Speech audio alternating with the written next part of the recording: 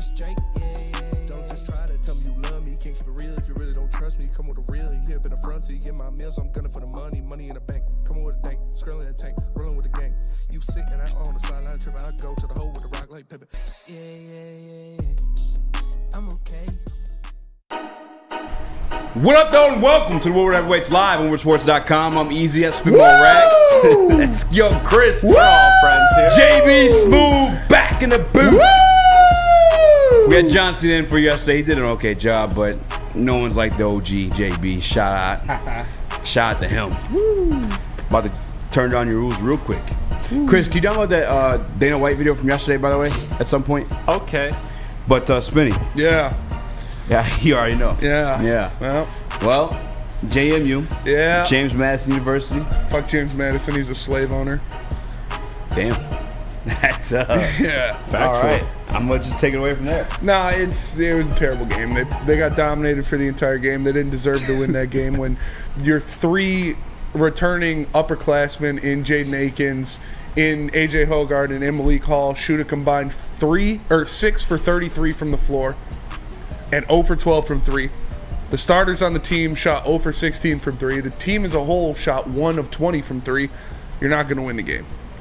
And it was terrible, you know. It's good thing it was the first game of the season they got it out there. I can see the pain. That shit was fucking ugly. It was hard to watch. It was not fun. Straight up not having a good time. But they're never going to shoot that poorly again. So that's How the upset. pissed were you, like, in live action? Oh, I was very upset. Bro, sometimes, as much as I love Izzo, and I understand he's a legend, it is infuriating Yeah. to watch him, like, just... Not play the freshman. Yes, bro. You got 3 in five-star the most freshmen. crucial times where it's, like, so fucking obvious to do. Cohen He's Carr just needs to stubborn. start. Cohen Carr needs to start over Malik Hall. Xavier Booker needs to get serious minutes in the rotation. And Jeremy Fears should be getting minutes for sure. Like, it's... Woo! I had a divorce. I still love Michigan State. I know, but like when it was a Syracuse game in Sweet 16, when he wasn't letting Miles Bridges eat. Yeah. That's why I He's playing divorced. Ben Carter over Jaren Jackson Jr. Yeah, that's why I divorced my. Yeah, there's certain guys in this town. I mean, Stevie Y is probably one of them. You can kind of like blindly defend, like no matter what the decision is. You're like, you know what, that guys know what's going on. No matter what, we're gonna let it be. But Izzo at this point. Well, still, legend, don't get me wrong. It's like, that shit's wild. It's like leaving the door open. Yeah. Leaving the During door a open, live having show. a tire shop in the background. This shit is wild. It is wild. But, yeah, it sucks, man. He said after the game, he was like, you know, I didn't expect my upperclassmen to be shooting this poorly if I might just have to play the freshmen. Well, Tom, you should have done it last night. Like, why? Those guys couldn't make anything. They were missing layups, missing uncontested jump shots. Malik Hall looked like dog water. Like, you should have played him then. And now you can't go back and change it. Now you're 0-1. In the 1800s, James Madison was a baller. Yeah. Says Nate. Woo. Woo. What are we wooing? Where's this wound coming from? It's just, I'm coping. Huh? I'm coping. Oh, place of cocaine. Yeah, it's cocaine. Ripped a couple lines before the show. Do the same thing. Yeah. JB, did you watch that game last night? No, I actually didn't get the chance to watch it. I was watching Monday Night Football, but I was keeping tabs on yeah, that's true. on Sparty, and at half it did not look great, but Looked even worse at the end of the game. yeah, it looked a lot worse. At least they came back somewhere at halftime. It was like 30, 35, something like that. I was like, all right, they're starting to make a push, but seeing the final score, like, yeesh. I want to say, like, fortunately, like, I didn't watch it. But see, I live with Lucas, and every once in a while Lucas is like, I'm sports out. I just want to watch a movie, blah, blah, blah. So, like, whatever. I'm giving this kid's 1 for 3 right now picking movies. Yeah. Because last night he picked, what was it called? Fear and Loathing in Las Vegas. Fear and Loathing in Las Vegas. Yeah. Oh, it's not a bad movie. That's the stupidest fucking movie Aw. I've ever seen my entire life. It made me feel like a Broussarded. I was like, is there something I'm missing here? Is there something I don't get? Am I not smart enough to like get what's going on in this movie? You should take acid before you watch the game. The game or the movie? Or the movie. Okay. Well, the game too. It might have helped because that shit was terrible. But get off the ceiling, maybe you'll win the game, asshole. that movie, you need to hit an acid or a gram into a shrooms too. Bro, like what in the what was the purpose of the I didn't know. Have you ever seen it, Chris? No, I haven't. Spare yourself. What's not don't going to sell me on it is you need to be on acid to watch it. It's like I hate when people do that. Like, oh yeah, you need to be high to listen to this album, or you need to be like high to watch this movie. It's like, no, man. Like just say it's objectively bad when you're sober. Just say your mind needs to be altered for this to be passable. Yeah, it was bad. I felt like my brain. It was funny at first. I'm like, like they're tripping on drugs, and I was like, what the fuck? What is this? And Johnny Depp, like he's like such a prestigious like actor, like to be in I don't even know. I was just disappointed in him. I didn't get to watch the game. I did watch the Monday game on my phone while that was on. What other movies did Lucas pick? I tapped out. Dude, he picked this movie called Spring Break. It was a total chick flick. Oh, Spring Breakers? No. Spring Breakers sounds funny. This one was like depressing. I don't even know. Wait, easy. Is Gucci Man in this movie? I need my headphones, JB. You talk way too quiet. Was Gucci Man in this movie? Yes. Oh, that is the movie that Gucci Man was in, yes. Yes, and it's Spring Breakers. Yeah, is that a good movie? No. I've never seen it. I heard it's like terrible though. Dude, we got like 11 minutes in. I was like, Lucas, bro, this ain't it. Tapping out on this one. He picked one good one. I don't remember what it was. It was one I already seen though. I don't know. You guys should watch 7. 7? Yeah. What's that? Brad Pitt. It's a good movie. You need to watch Gen B. I've watched the first 3 or 4 episodes. Liking it? Yeah. Oh yeah. Gets a little kooky in the end, but it's still, dude. That The Boys and Netflix. I'm sorry, not Netflix, but Amazon. That's the only series I've watched part of Amazon, but they know what they're doing. They're doing it right. Oh yeah. Netflix is killing it. I was addicted. I watched till like 3 a.m. Had to finish the season. Killian Hayes balled out. Was pointing at you all game. Yeah. He had a good game. What do you need with Chris? Like 21 and 7 or something? 21 and 7. I think he's 3 or 4 from 3. Yeah. Yeah, he had a good game. That's it? What do you want me to say? Oh, he's the best player in the world. Like, yeah, I want you to apologize. No, I'm not apologizing. If he can consistently do it over a long period of time, then I'll apologize. But Chris, he had a good game. I'll give him his props. Matter of fact, say it in French. Apologize in French, my friend. Voulez-vous coucher avec toi? That means you want to have a threesome with him. Does it really? I'm pretty sure. Voulez-vous coucher avec toi? I mean, he is pretty handsome. I mean, yeah. Voulez-vous coucher avec toi? Chris, you want to apologize to Killian? The floor is yours. Good game. He had a good game. No, it's like, dude, how many times are we gonna do this? How many times are we going to see one good game and buy in? I was just arguing with Kool-Aid for like a half hour in the back, and like he had some valid points about Killian. Like his whole point was the team needs. If Killian had a better team around him, he would play better if he wasn't forced to shoot and do all these things that are outside his realm of capabilities. And I'm like, yeah, I agree, but the truth is that he's on a team that he doesn't have that luxury. So I'm judging him off of the team that he's on. Can he be a winner on another team on a bench play? Maybe. But like for now, I'm looking at him as a starter on this Piston team. I don't think he's good enough. He had a good game last night, and what a surprise! The Pistons were actually close with the team, and that's because Killian wasn't shooting 2 for 12. I don't have headphones in. I'm so sorry. He had a good game. He basically just said he had a good game, but you got to judge him as a starter, and as a starter, he's been very bad until last night. Is anybody familiar with like what's coming up on the Pistons schedule? Is there any winnable games? I'll look it up. Coming up. I mean, they took it to the Warriors. I mean, I was impressed in that. Yeah, I think the next 4 are like really tough though, because I think it's Philly. Yeah, they Milwaukee. got Bucks, Philly. They got the Bulls again, and the Hawks, Cavs, Raptors. Oof. Well, the Bulls is winnable. Bulls is winnable. Hawks is winnable. Yeah, Hawks is super winnable. Hawks are nice though. Nah, I'm not gonna lie. I have a question. Nuggets. There's a lot of things like I question like, in my head and I never say it aloud because I don't want to come off as a hater or like because how fans get to attack you anytime you question anything or critique anything. You're not allowed. Everything's supposed to be like rainbows and butterflies. Mm-hmm. And I love this guy. Don't get it wrong. But didn't Jalen Duren have ankle issues last year as well? Wasn't that something hampering him in a couple games last season? I'm not sure. I don't believe so. I'll look it up. I believe last year Stu had an ankle injury, but I'll check. I'll check on that. Give me a second. Yeah, I do a Jalen Duren injury history or something like that. Maybe figure it out because it's kind of. I mean, it's early into the season. I could get if he maybe tweaked it beforehand. He's never got fully healthy, but still wants to participate. I mean, I don't know. Well, Kool-Aid brought up a good point to me in the back, and he said that these guys were going hard all summer. Like, they were playing a lot That's more, fair. so their bodies are a little more worn down at this point in the season than a lot of other teams. And so that could be a contributing factor. And again, like, if it's an ankle injury, I don't get why you would be, like, concerned because, you know, like, it's just a rolled ankle. He'll probably be fine in, you know, a couple of weeks. It might hamper his abilities in the short term, but it's not like this dude needs, you know, knee procedures and things of that nature. So, you know, I'm not too worried about it, even if it is just an ankle injury. I did the homework. Simple Google type in. The injury history is all ankle. There's one thing on there that's actually wild, and maybe I'm just stupid. I'm listening to you, Chris.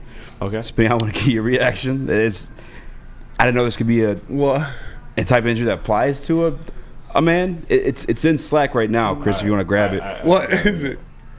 Cramps? I don't even know if I want to like read it and be wrong. Cervical? Isn't that like a female cervix? Isn't like a female body part? Well, I thought that was. Is I Fox thought that Sports? was like a female, You got it in like, Slack, hip. Chris? Yep, I got it right now. I'm You put it on the throwing screen here? Yep. Just so everyone knows I'm not crazy. Oh shit. Cervical? I mean, what am I? I didn't go to pre-med. I didn't do any of that kind of stuff. What Yeah. Cervical. is Fox in Sports March. calling Jalen Duren a pussy right now? what's happening? Why is that on there? How did he hurt his cervical? JB, do you have answers? Or I broke my back. I have Cervical. no idea. Cervical. I'm gonna type this in Google. Cervical injury for males. But It's Chris, not in June though. That's. I mean, we're a very progressive society nowadays, you know. So, yo, what if like imagine Jalen Duren in the WNBA. Joanna man for sure. Joanna Duren. Cervical injuries in men. What does it say? It does not compute. Well, it says Trauma is the most cervix cause in of women, but it's also cervical like injury. neck related. A neck related. Yeah. Neck related. Okay, spinal cord injury. Okay. Can we check if Dwight Howard was it? I can breathe now. Oh Lord. I can breathe now. But also, put that thing back up there, Chris. This is dating back to last year's injuries. Tell me what you see. Put Jalen Duren's cervix back up there. Ankle, cervical, ankle. Something's up with that ankle, right? I mean, is that kind of weird? It's not good. Could be different ankles. Maybe is he like He's got 7 different ankles. He injured all of them.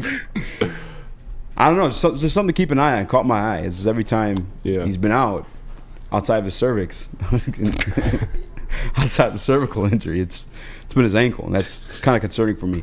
Outside of that, we got 1 more minute, so I'll speed rush this one. Actually, we'll just close out with this one. Dana White cooked up a few gifts for us, Spinny. Some new fights coming in come New Year. Yes, sir. What's up, guys? I'm going to hit you with 3 more pay-per-view headliners. In January, we're doing Sean Strickland versus Dricus du Plessis. In February, we're doing Volkanovski versus Topuria. And in March, we're doing O'Malley versus Vera. Busting into the new year with some fun fights. I'll see you guys in New York City. Bussin'. On top, did he say that? Yeah, he said busting into the new year. Oh, hell yeah. On top of Joey that- said the ankle bone is connected to the cervix. It's true. I bet I could. Never mind. I'm not gonna go there. But anyway, What?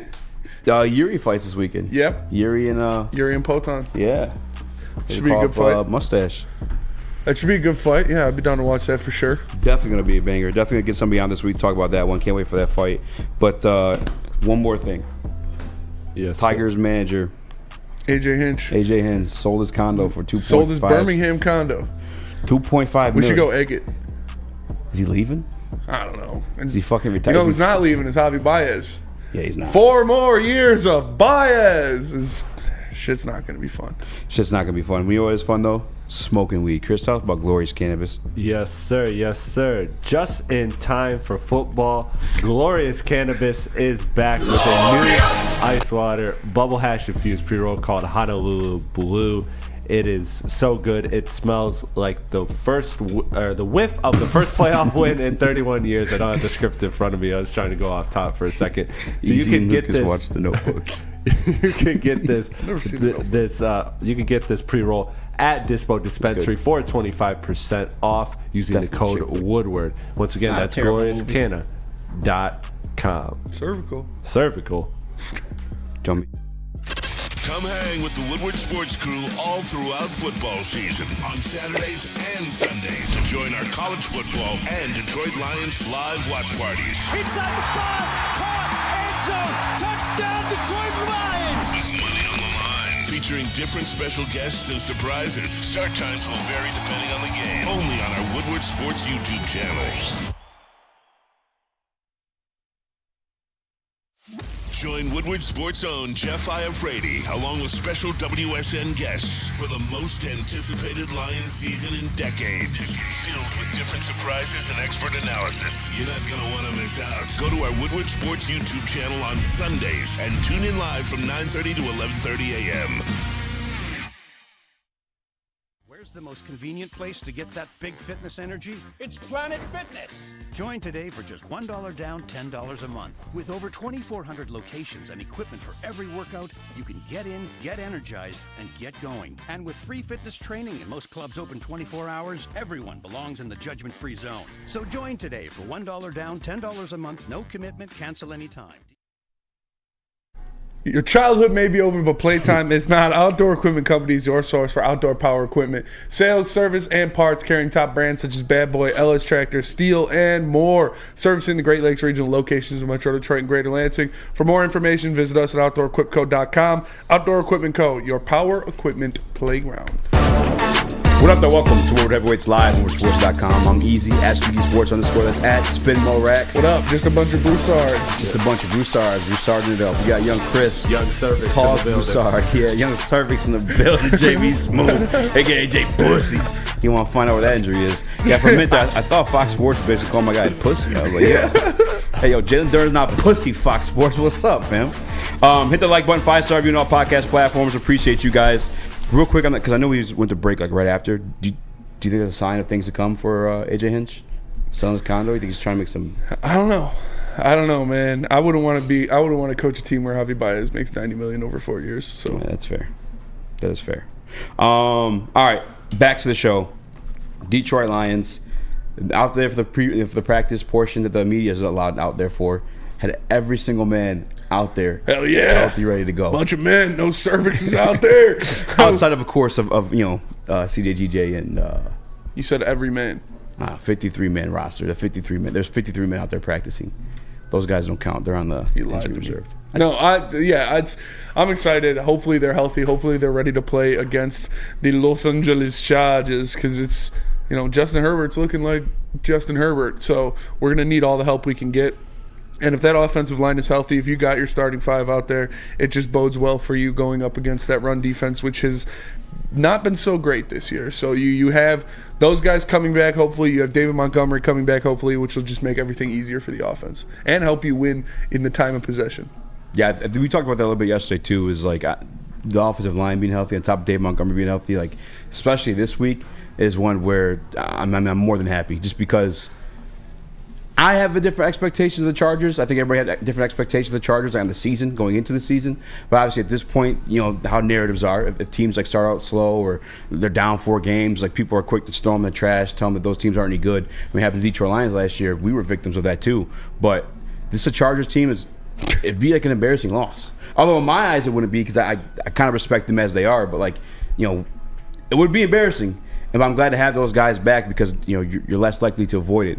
Now you giggled. What was right in the comments? DNC said, why the fuck is the NBA off today? It's 2023. We ain't voting. Bro, that's what I'm saying too, by the way. Why is the NBA off today? Why are banks closed on President's Day?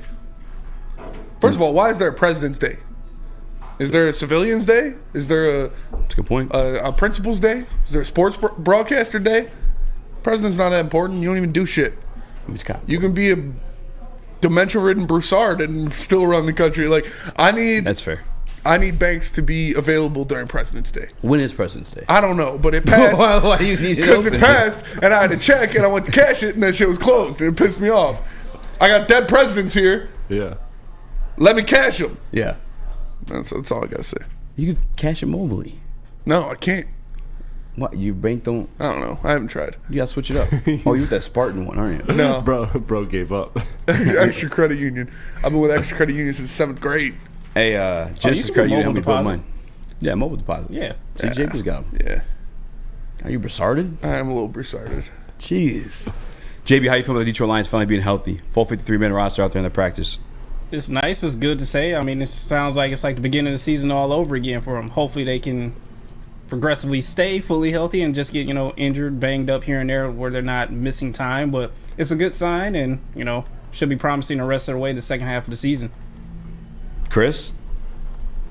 Yeah, I actually got a lot to say about this one. No, it's good. It's good that the team is finally healthy. The bye week came at the perfect time, and I'm excited to see what this team can do because this is one of the most important games left on the schedule. And coming off that Ravens game, you kind of need to see something really promising from this team this week in order to kind of restore a little bit of that faith that was lost during the Ravens game.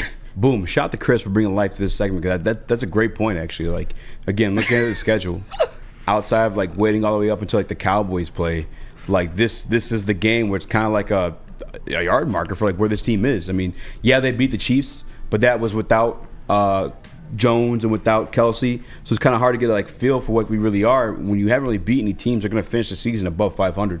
I don't know. Out of everyone we beat, is there anyone that's really going to finish above 500 to this point? I don't know. Well, obviously the Chiefs will.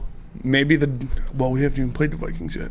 Yeah. But the Vikings could be there. There's not a lot of teams that you look at. The Cowboys will if we play the Cowboys. The Chargers might. The Bucks might. Yeah. So there's a couple teams that might, but not top echelon teams. Yeah. Yeah, this is one of those games for me. I mean, is it still one of those games for you, even though they're just 4-4? The Chargers? I lost them. I just saw Flannel's comment in the chat. It kind of confused me.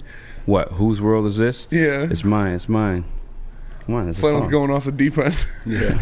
Let him be. He's polishing his gun in the closet, singing that right now. That's a Nas song, by the way. You don't know. The world is yours. Thanks, Chris. Yeah. Oh, no shit, Chris. Thanks, bud. You're a real hip-hop savant. Yeah. No one knew that was Nas. Wow, yeah. You got a lot of I information wish I had up as here. much knowledge about hip-hop as you to know that extremely popular and famous Nas song was by Nas. It was more so to the chat, but MPWMU. James Bond. You're insulting them too, Chris. You're insulting them too. But MPWMU says easy scared again. This is actually one where I am kind of nervous. You have reason to be scared of Justin Herbert. Yes. It's not being scared of Desmond Ridder or being scared of Jordan Love. Yeah. Or being scared of Bryce Young or being scared of Baker Mayfield. Like Easy was, all of those guys. No, but you can be scared of Justin Herbert. Justin Herbert is a very, very talented quarterback. He has a lot of things that he can make happen. And I'm excited to see what the Lions do to try to mitigate, to try to combat Justin Herbert's skills, especially in the pocket.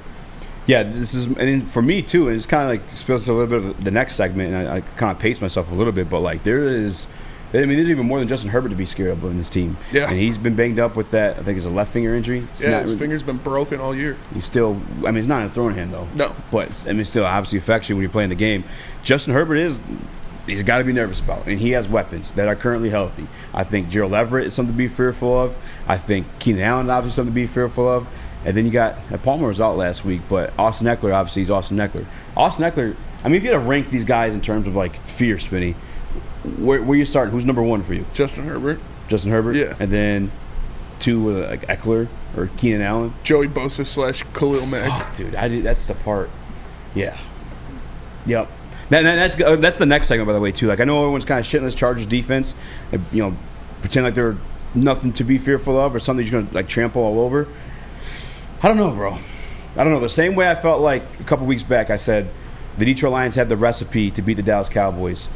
I think this Chargers team has a recipe that could beat the Detroit Lions. Yeah. It's definitely going to be a good game. I'm excited for it. I think the one thing we have in our favor, or one of the things we have in our favor, is Brandon Staley's a fucking bozo. Yes. I love both Dan Campbell and Ben Johnson. I think they're great in terms of a game planning coming into these games. You have an extra week of a bye week. Dan Campbell 0-2 in bye weeks right now, but granted, he started the season, or his career, I should say, tenure with the Lions with shitty rosters. Yes. Last year was just a bad start. That almost gets the Cowboys. They almost won. I expect the Lions to win this game. I think they should win this game. I think they can dominate the line of scrimmage. both offensively and defensively by running the ball and stopping the run. And that gives you a big leg up. Being healthy, coming off of a bye week, you had an extra week to prepare for this team.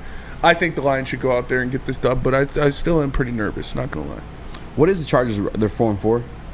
I don't know. So they have 8 games as well. I'm gonna find out. I'm pretty sure they're 4-4. I think they just got to 500.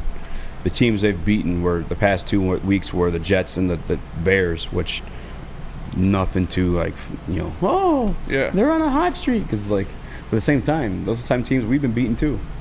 Yeah. Oh, we beat the Falcons and the Panthers. Like, ooh. Yeah.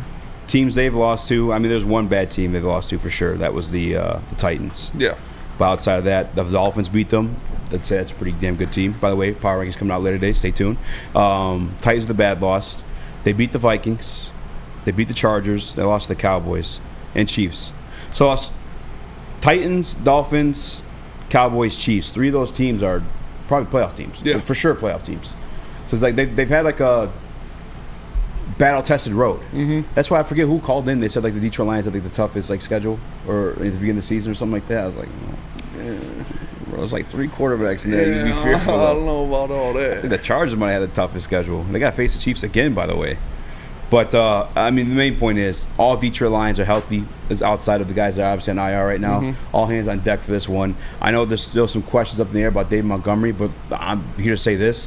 If it were something that serious, he probably would have been put on IR. Yes. It's been 4 weeks now coming after this bye week, which is your IR limit. Your IR limit. Your IR limit. And they obviously didn't put him on IR. So I fully expect David Going Montgomery. full Broussard here for a second. This is like outside of the Broussard at ours. I expected David Montgomery to be back after the bye week. That's what I was thinking. You know, you give him the 2 weeks off, then he has the bye week, and now he can come back now. So he avoided the IR, but I think he'll be good. I think he'll be ready to go. Huffard says Titans are a tough team. Huffard. Actually, I don't disagree. Titans are one of those. They're going to bring it to you every time. Yeah. You don't know what to expect out of them. Especially Lil Levis at the helm now. Will Levis. Did you say Will Levis? Lil Levis. Lil Levis? Yeah. Did you purposely do that? Or? Yeah. Either way. Got to check today.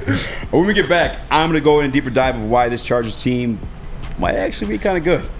Might be something to fear for, but not before I tell you guys about Mark White. Whether you're buying or selling real estate, Mark White's the place to go. Hit him up. He's got the minute-by-minute listing agreement. You can cancel your listing agreement for any reason with no penalty whatsoever. Contact him today at 248-290-8242 or visit markwhitesells.com. Tell us about Les Stanford.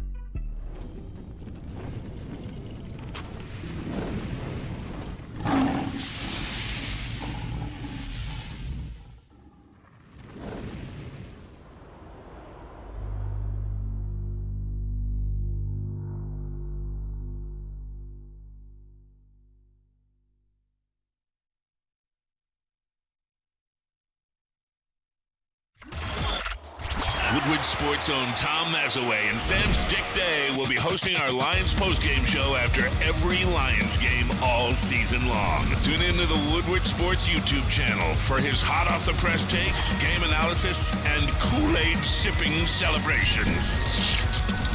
You won't want to miss it. Join Maz, Stick, and special guests each week immediately following every Lions game, exclusively on the WSN YouTube channel.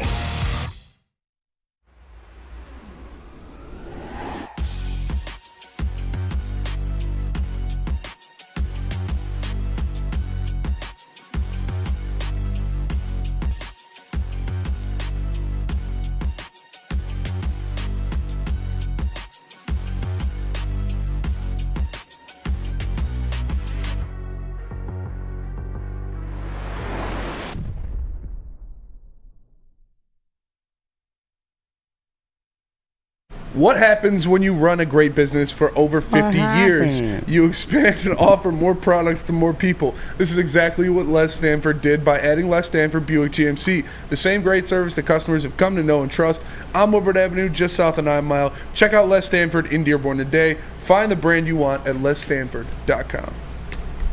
And don't forget, downtown's newest sports bar has a 13 TrackMan simulator, certified instructors, and most importantly, a full bar. Compete nationwide for your chance to win a trip to the Dominican Republic. Bring a foursome or sign up as an individual to be placed on a team at 5irongolf.com. Use code word Woodward10 for 30% off of your league. That is 5iron.com to sign up. What up, though? Welcome to Woodward Heavyweights Live on WoodSports.com. I'm Easy. Let's spin more racks. What up, though? Young Chris, JB Smooth. Smash that like button. I'm seeing only 26. Come on, guys. Let's get that up. 5-star review all podcast platforms. Give him one of your famous polls. Hey, yo. I'm retired from those days. I will. I'll make a poll at some point once I catch some time. But I think this Chargers team might actually be good. Yeah. And doggone it, Spinny. I think I'm not even going to go the Justin Herbert route and discussing this. I think it's built around their defense and what they're able to bring. I obviously last night they had a dominant defensive performance, but it's against the Jets, so it's like, you know what I'm saying? The Jets aren't really giving you much offensively, so like your defense should look good against them. But I dove in. They're second in the league in sacks this year. And when you think about it, okay, Joey Bosa, Khalil Mack, makes sense. Makes sense. It does. And then, okay, so all right, so they're respectable against the pass. At least you don't want to like have to drop back against them every single play, right? Where they at in the run game? He teased it a little bit yesterday. They're actually 7th against the run this season. Yeah. So they're pretty solid against the run. The reason why they're better than I think, or at least for sure in this matchup, why I think it could be scary for the Detroit Lions is obviously you'd want to pound the ball with Dave Montgomery and Jahmyr Gibbs, just keep the ball out of the hands of Justin Herbert, because whatever you think about him, he's still dangerous. Yeah. He still can hurt you. But with the top 10 run defense, I think the last time we saw one of those was against the Ravens. I'm not saying they're anything near what the Ravens are as a defense. I think that's, we'll see in our power rankings later today, top 3 in the league. But I think they have the ability to like limit the runs, where it's going to be a fun game for fans, where it's going to be a little bit of a shootout. And in that shootout scenario, you're looking at a Jared Goff who has a Khalil Mack and Joey Bosa chasing after him, versus a Justin Herbert who has Aiden Hutchinson chasing after him. So we didn't go and get that other guy that we were talking about, but it's okay. We got, we're still building. It is what it is. But I think it's I don't want to say recipe for disaster, but definitely a closer game than people are thinking. Yeah, you're going to have to establish the run. You need to establish the run because they've talked about it before throughout the season, how they don't want to rely on Jared Goff as a straight pocket passer, a straight drop back passer. That's not where this offense is built off of. That's not how you have success in this offense. So they need to establish the run. They need to go out there, get David Montgomery, get Jahmyr Gibbs going so you can rely on the pass when you need to, not the entire game. Because like you said, they do have 2 premier edge rushers in Khalil Mack. I know he's not what he used to be, but he's still pretty damn good. He had 6 sacks in one game this year. You still got Joey Bosa, who might be a tad racist, but he's still a very good player. And you look at those guys out there, and if you have to just sit back and drop back Jared Goff over and over and over and over and over and over and over and over and over and over and over, it's not going to be a good recipe for success, because Jared Goff is at his best. We all know this. Even the Gobblers will admit it, when he has a good running game. Excuse me. So he can establish that play action passing. So he can establish those ball fakes that he does so well with the running back and hit somebody in stride when the linebackers come up. So you need to get your running game going before you want to do anything against this Chargers defense.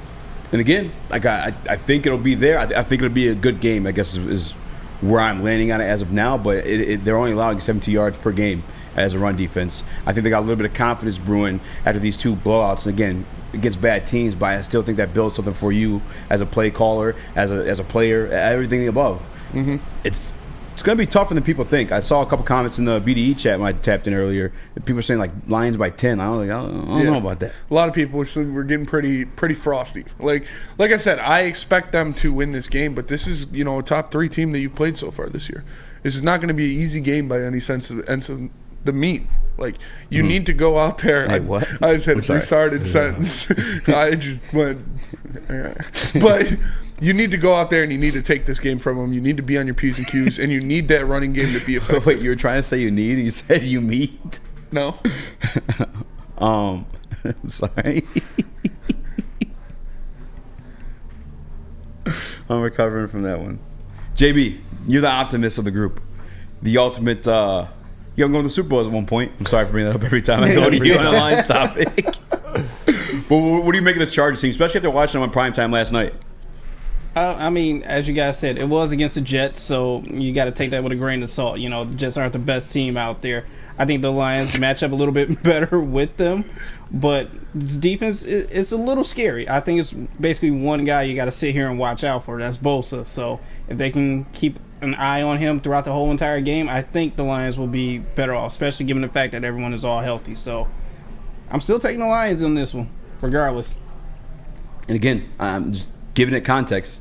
Teams this Chargers team been losing to have been winning teams outside the Tennessee Titans. And we all know we dropped stinkers. Like we'll give that one to the loss to the Titans. We'll make it their stinker. But they've been playing like good teams.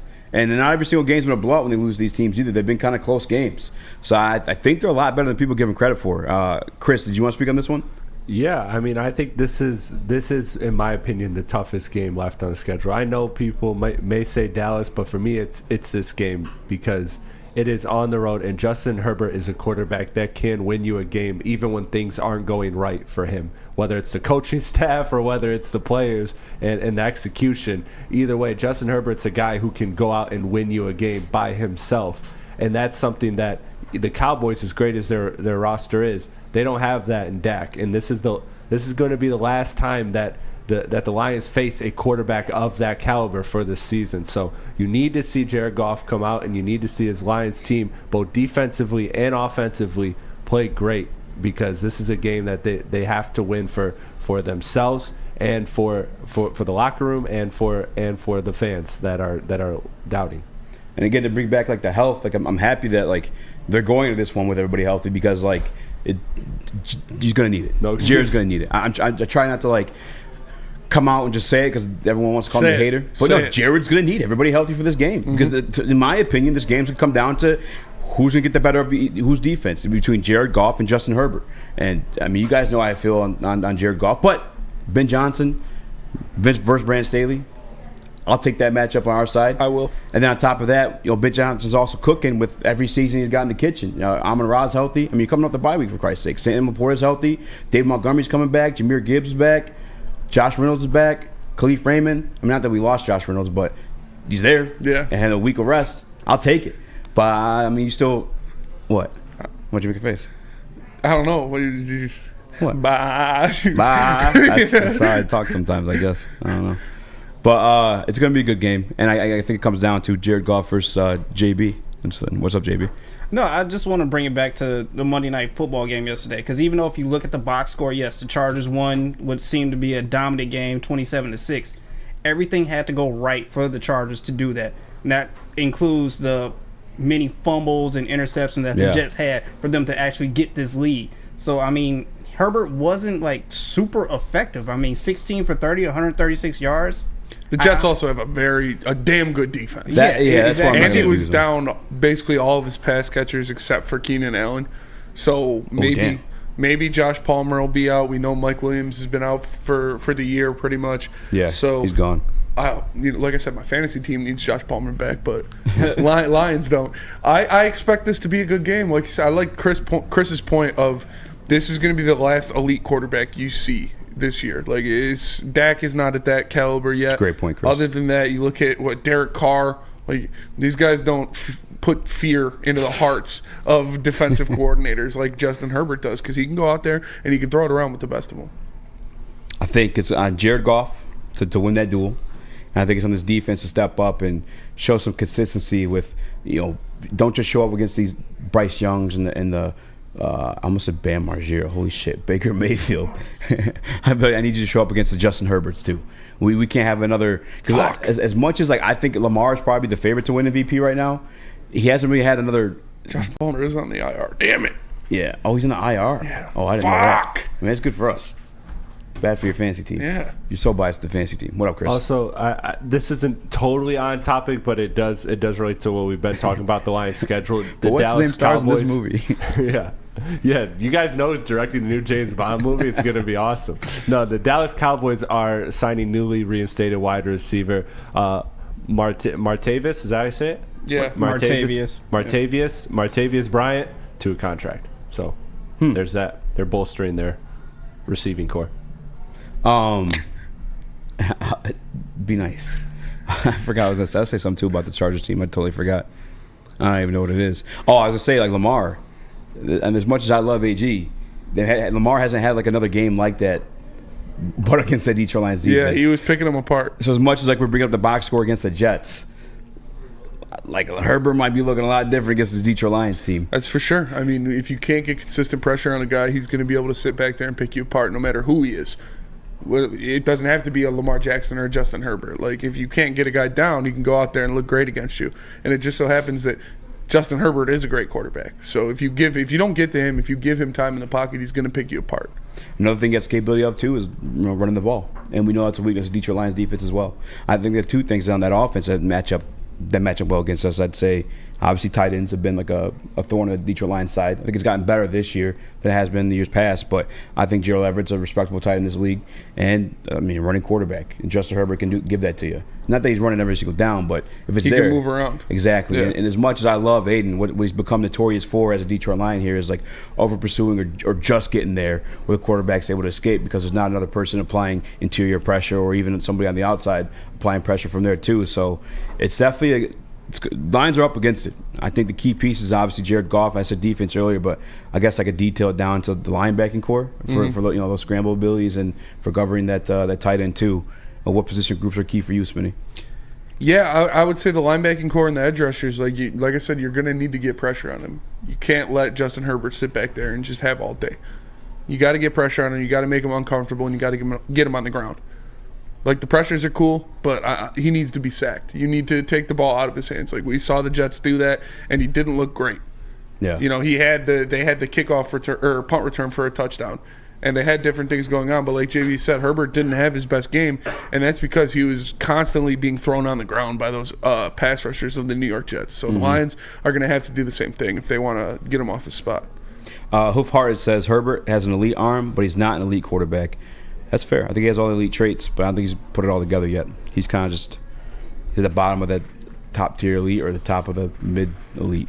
Or mid-elite, that's not a thing. Well, let me tell you about Guardian Alarm. To pause from the Broussards. Top of the second tier. Guardian Alarm offers you customized solutions from real experts. Their professional technicians take the time to recommend security and automation solutions specific to your needs. They also have 24/7 professional monitoring. You can call them anytime, day or night, and know a Guardian Alarm team member will stay on the phone as long as needed. And of course, they have technology backed by people. Your safety and security deserves technology that's been proven to work and people who have been proven to care. So call them at 1-800. Stay out. That's 1-800. Stay out. And let them know Woodward Sports sent you. Brace yourselves, Detroit. As the sun begins to set, two of Woodward Sports' brightest young stars will be taking the mic for a brand new show. Woodward Nights with Spooner and Broder. The dog days in Detroit are over, and the boys are unleashed. Join in on the banter and hop on the bandwagon of the #1 night show on the internet. Tune into the Woodward Sports YouTube channel every weeknight from 8 to 10 p.m. Woodward Nights with Spooner and Broder. How would you... Brace yourselves, Detroit. As the sun begins to set, two of Woodward Sports' brightest young stars will be taking the mic for a brand new show. Woodward Nights with Spooner and Broder. The dog days in Detroit are over, and the boys are unleashed. Join in on the banter and hop on the bandwagon of the #1 night show on the internet. Tune into the Woodward Sports YouTube channel every weeknight from 8 to 10 p.m. Woodward Nights with Spooner and Broder. How would you like to win not one, but two vehicles of your choice? One for you and one for your wife, your girlfriend, or your best bud. Get to Lady Jane's today for an award-winning haircut and automatically enter for your chance to win. Courtesy of Les Stanford Buick GMC of Ferndale. Lady Jane's, open 7 days a week, walk in anytime. It's wicked awesome. Join Woodward Sports' own Jeff Iafrate, along with special WSN guests for the most anticipated Lions season in decades. Filled with different surprises and expert analysis. You're not going to want to miss out. Go to our Woodward Sports YouTube channel on Sundays and tune in live from 9:30 to 11:30 a.m. Dispo, your local cannabis plug. They got the best curated cannabis in the state, and there's one just around your corner with 12 locations. There's one near you. Make sure you visit disposhops.com to find the closest Dispo to you. And if you can't make it there, they got Dispo Dash will deliver your bud to you. JB might be the one pulling up on you. Check out the official and only cannabis mall in Michigan. That's Dispo Romeo, open from 8 to midnight. Check them out. Check it out. Rip, rip. What up, though? Welcome back to World Heavyweights Live on WorldSports.com. I'm your boy Easy, joined by guys some more Rax. What up, though? Young Chris, Jeremy Bryant on the ones and twos. Smash the like button, bud. We're Appreciate buzzing. you, Daniel. No problem, Christopher. All right. Yeah. What? I don't know. Throwing governments out there? Yeah. Yeah, that's wild, dude. I mean, you threw. It's very unnecessary. You threw JB's out there. I mean, but everyone's known his. I just thought it was fair game. Everybody knows yours too. You've said it on the show. It's not for you to say. It's for me to say. I'm the one that comes back and says names. You just sitting there, you fucking press buttons. All right. So I don't Yeah. get the. I don't get the. Shut up and dribble. Trained monkey could do your job, idiot. Well, then how about Bunch you of get one of Broussards. those? How about you get one of those in the booth then for JB when he's not here for sound, because we need that too. Oh, roasted. Roasted. Boom. Got him. All right. Wait. Yeah, I was gonna make it that thing, but go ahead. Yeah, Get it like, out. why- I know. Yeah, Why yeah. you saying we should put a monkey in JB's booth, That's Chris? fucked up. It's really uncomfortable. It is uncomfortable. I'm not gonna lie. What do you mean, Chris? Yeah. The fuck you mean, Chris? Let's have a good show, guys. All right, I said this game. I think it come down to like Jared Goff and Justin Herbert dueling it out. A little JG versus JH doesn't sound as cool at all, but I think it's gonna be up to these two guys. On the season spinning, JG versus HJ. Yeah, it sounds better. who do you think's having a better season, Jared Goff or Justin Herbert? I would say Jared Goff's having a better season up till now. JB, It's got to be Jared Goff. Come on. Chris. I'm sitting this one out. Chris can't pick between two white quarterbacks. He thinks they're both great. Well, because I was gonna say, guys, it They're both depends. above average. Yeah, It depends how you look at it. both class acts. Believe it or not, Justin Herbert has more touchdowns and less interceptions than Jared Goff in the season this year. I did not think that was going to be the outcome. That is facts. Jared Goff's in at 12 touchdowns, 5 interceptions. Justin Herbert is in at 13 touchdowns, 4 interceptions. Not only beating him by one of those categories. Jared Goff takes it when it comes to percentages. He's 68%. Justin Herbert, 67%. Not that same thing, 1% difference. And then the yards, Justin Herbert 2,026, Jared Goff, a lot of J's, Jesus, another J, 2,174 yards. Pretty close there. And then you couple in the rushing, which I always like to do with quarterbacks. Some people like. I saw this thing. I think it's from the Rookie Report, whatever it is on Twitter. They're comparing. Who's the guy with the Jaguars? I love him. I can't think of his name right now. Apologize. Trevor Lawrence versus Mac Jones. And the numbers were pretty close. Eesh. Less interceptions for Trevor Lawrence, like 2 more touchdowns. Mac Jones is buns, dude. He is buns. But I was like, you got to include like the rushing stats with that too, because clearly Trevor Lawrence is bringing some of the legs that Mac Jones is bringing you there. One of the legs, Jared Goff this year has 2 rushing touchdowns. Justin Herbert, 3. No shit. And obviously more yards too. But So they're pretty equal. pretty equal. Pretty close. You know, Even this in guy. getting sacked, too. Huh? Even in getting sacked, too. Yeah. Well, I guess, Herbert's got like 5 more sacks in the season, don't he? Yeah, he has 5 more sacks on him than Jared Goff does. Damn, he plays edge rusher too? Well, he's getting sacked. He's been sacked 5 more times, Jared Goff. Jared Goff 15, which is very, very high. Higher than I expected to see at this point in the season for this Detroit Lions offensive line, but they've been hurt. And then 20 on Justin Herbert's side.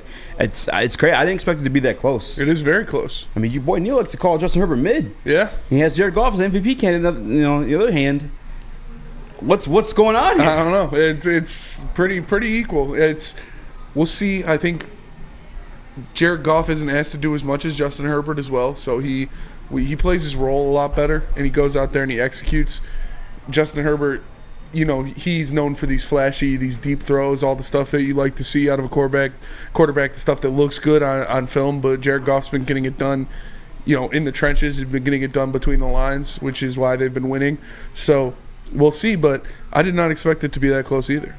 Yeah, the way narrative would tell it, Jared Goff is having the MVP caliber season, and then Justin Herbert narrative. I mean, I'm not picking on Neil, but you calling him mid. I bought into it. I thought Justin Herbert's having a bad season, and then I'm pinpointing how I think the game's going to go down. I think it's going to be a QB showdown, and I pull up the QB stats. They're fucking pretty much dead even. Yeah. Outside the fact that obviously Herbert can give you some stuff, on the run there.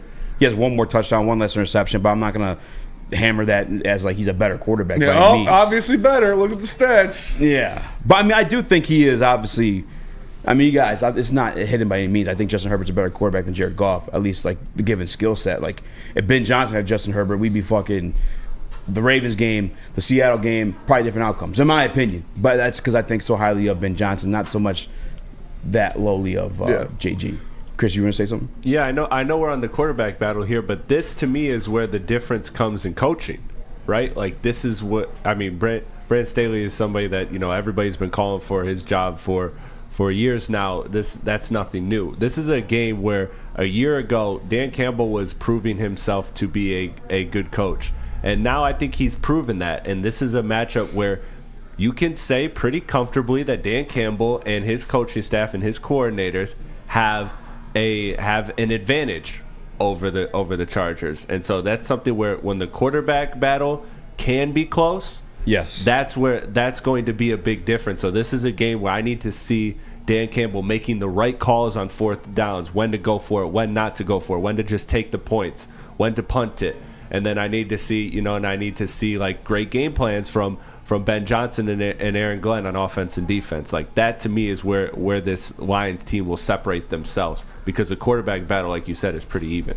Yeah, Jake Wagner pulling some stats in the Woodward Sports Chat too. I don't have these up on my computer, so I cannot confirm. But he started with the QBR. You probably already saw the comment. I'm assuming. JB, did you see it? I was gonna quiz you who you think has the higher. It's Justin Herbert with 66.6. He's on some Illuminati shit. He might win this game. And then JG was 64.4. And then he brought up the passer ratings. Justin Herbert with 97.3 and JG with 96.4. JB, what do you make of the QB battle this weekend against Justin Herbert and Jared Goff? I mean, this is a QBR rating. I think it'll honestly go down for Herbert, especially this weekend, given the Lions defense. Jared Goff might just honestly stay the same right there. So honestly, as you guys said, these two quarterbacks are fairly equal on all categories. Who do you think is going to get the better of each other's defense? Oh, it's got to be Jared Goff. I knew you were going to say that. It has to be. Like, come on. I told you about the Monday night game. Like, everything had to go in Justin Herbert's way, his way, for everything to go right for them to win that game. It was an ugly win, like, if I'm being honest. Chris?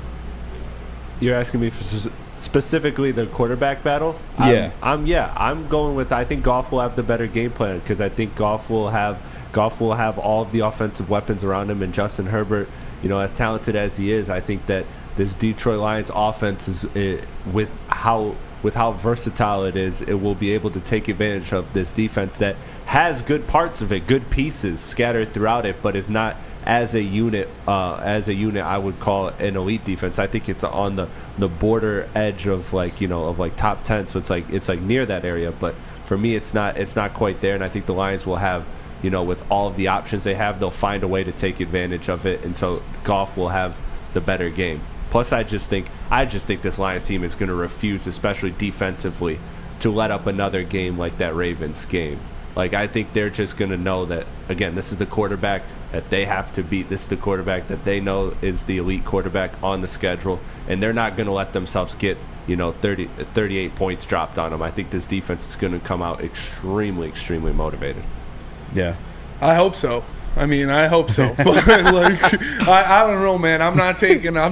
It's like this. Scared. I'm scared of Justin Herbert. He's an elite quarterback. Like, he can go out there, and if you're not able to get pressure on him, like they weren't able to get pressure on Lamar Jackson, and they weren't able to get pressure on Geno Smith, who are the two of the better quarterbacks we've seen so far this year, they'll sit back there and they'll dice you up. And that is something that Justin Herbert is very capable of doing. Keenan Allen is one of the best route runners in the NFL. Like, he's going to get open. And Justin Herbert's going to find him unless you get to him and get him on the ground. Lucky Belafonte says, Lions are as healthy as they've been in weeks. If they can't beat the Chargers, they'll lose in their first playoff game. Lucky, as much as I hate to read that out loud, I kind of feel the same sentiment. It's a common theme that we discussed with Booner and a little bit yesterday too, is like Yeah, Lions trotting along, getting these W's and blowouts even against these teams that are below 500 and against these below average quarterbacks. When it comes to like these, above 500, it's when they're getting their asses whooped. And one of them being at home for your home opener. Everyone's rocking ski masks. That died that day. Yes. They came in your trap, took over your trap. They were blaring it in the locker room. Shit was embarrassing. And then you go against, again, the Ravens as a game of the week to watch. They can, skill on skill or iron sharpens iron. And then big on big. Turns out, we brought the knife to the gunfight. You know what I'm saying? And as much as I think highly of Justin Herbert, I don't think he is Lamar Jackson. Lamar Jackson, former MVP. I think Justin Herbert, he has a hump to get over. I think his hump currently right now is Brandon Staley. Or maybe he's a little bit Josh Allen-esque and just goes Broussard sometimes. But Josh Allen definitely goes Broussard.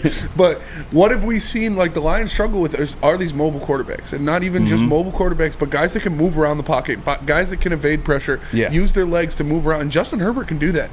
He can move around in the pocket. He can evade a pressure. If you have just Aiden Hutchinson getting pressure on him all day, he's going to be able to move around him for most of the game. So one thing I think is being forgotten too, as much as we overlook this Chargers defense, in that secondary, there are playmakers. Yes. Derwin James is one of my favorite players across the league. Asante Samuels Jr., another one of my favorite players across the league. Both those guys, as of now, seem to be healthy heading into this matchup.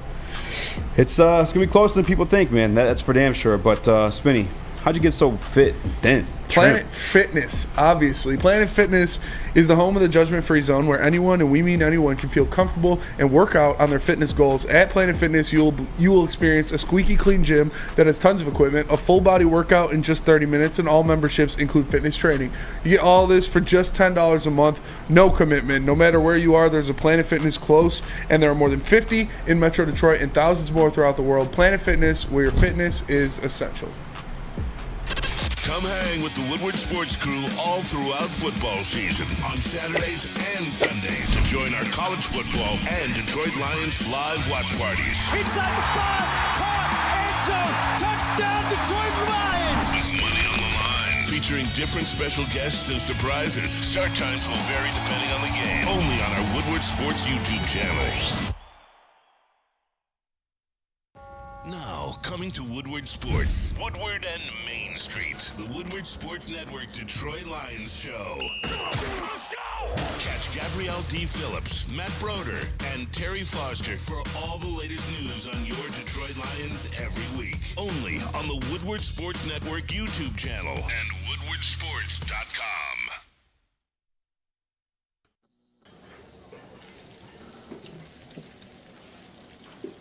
Burgers and chicken sandwiches are taking over at Big Boy. Try our new pretzel bacon cheeseburger. Turn up the heat with Bob's Hot Chicken Sandwich. Upgrade those regular fries with our chili cheese fries or loaded baked potato fries. Hit your sweet tooth with funnel cake fries or Reese's chocolate peanut butter thunder cake.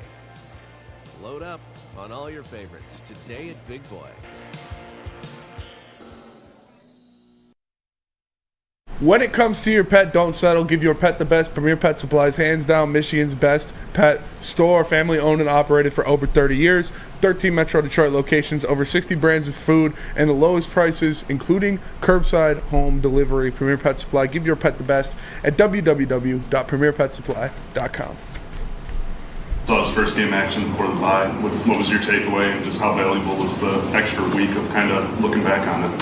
Well, I think for a young player like Broderick, anytime you get experience, especially on that stage in an NFL game, that's always really, really good. There's some positive and negatives that come with that. There's some things that Brod would tell you as well that he's got to improve, continue to work and continue to improve upon to be the type of player that he wants to be in this league. This is a definite grown man league, and you have to play like a grown man inside. And those are things that he's coming and he's continued to work, and he's made some strides. But like every player, you got to continue to make strides, and you got to continue to put that work in to get to where you want to be. And that's what he's doing. The guy comes to work every day.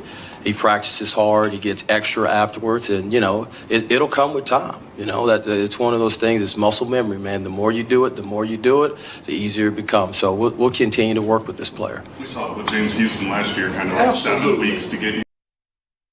There you have it. That was Detroit Lions defensive line coach John Scott Jr. speaking to the media today. Shout out to Broder. I think that was him on the question. I'm not 100% sure there, but Either way, speaking of Broderick Martin and the way he's come along this season, Spinny, what has been your take on, one, just him being out all season, two, a little bit what you saw last in the Raiders game, and what do you expect moving forward? Yeah, well, one, I mean, him being out all season, it's obviously a part of what he was saying, what Coach was saying about how he needs to gain more attributes before he is realistically a guy that you can consistently put in there to get snaps. He needs to be more aggressive. He needs to use his size and his weight and be a grown man in this grown man's league. What I saw out of him when he did get some snaps in that Raiders game, I liked what I saw out of him. Obviously, he wasn't this elite or ultimate dominant center, mass in the middle of that defensive line, but he was moving people around when he got the opportunity. He was commanding double teams when he was out there because of his sheer girth and tonnage, as Skip Bayless would say. Like, you need this guy to go out there and be a big man, and that's exactly what he is a big man. So go out there, push some people around, force people to double team you, so Lee McNeil can get those single coverage, so Aiden Hutchinson isn't getting forced double teams every single snap. And that's what I think he could do. I'd love to see him get more reps. I'd love to see him in there against the Chargers because I like the prospect of what he can be in this league. So he needs to get more snaps on this field to get kind of acclimated to the grown man league that is the NFL and what these guys are going to bring to you on an everyday basis, because sitting on the sidelines is not doing anything to help his development. Being a healthy scratch is not doing anything to help his development. Yeah, it's good going up against, the offensive line that you see every day, but go up against guys that don't like you, guys that don't want to like you, other teams on other lines in the NFL that want to go out there and want to put you in the dirt and be this giant mountain of a man that you are. Force them to double team you, move them off their spot, fill gaps, close down running lanes, and be the Broderick Martin that Brad Holmes traded 3 picks to move up to get. I mean, that's a great point. I always forget that when speaking about Broderick Martin. It's not just the fact that he was drafted in the 3rd round, but your GM, Brad Holmes, moved up to acquire him in that 3rd round.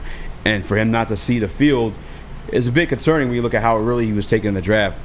One piece where I kind of relax a bit on it, again, not a fan of the draft position, though, and it also being the case, but the very tail end of that, you call him talking about James Houston, the reporter brought up.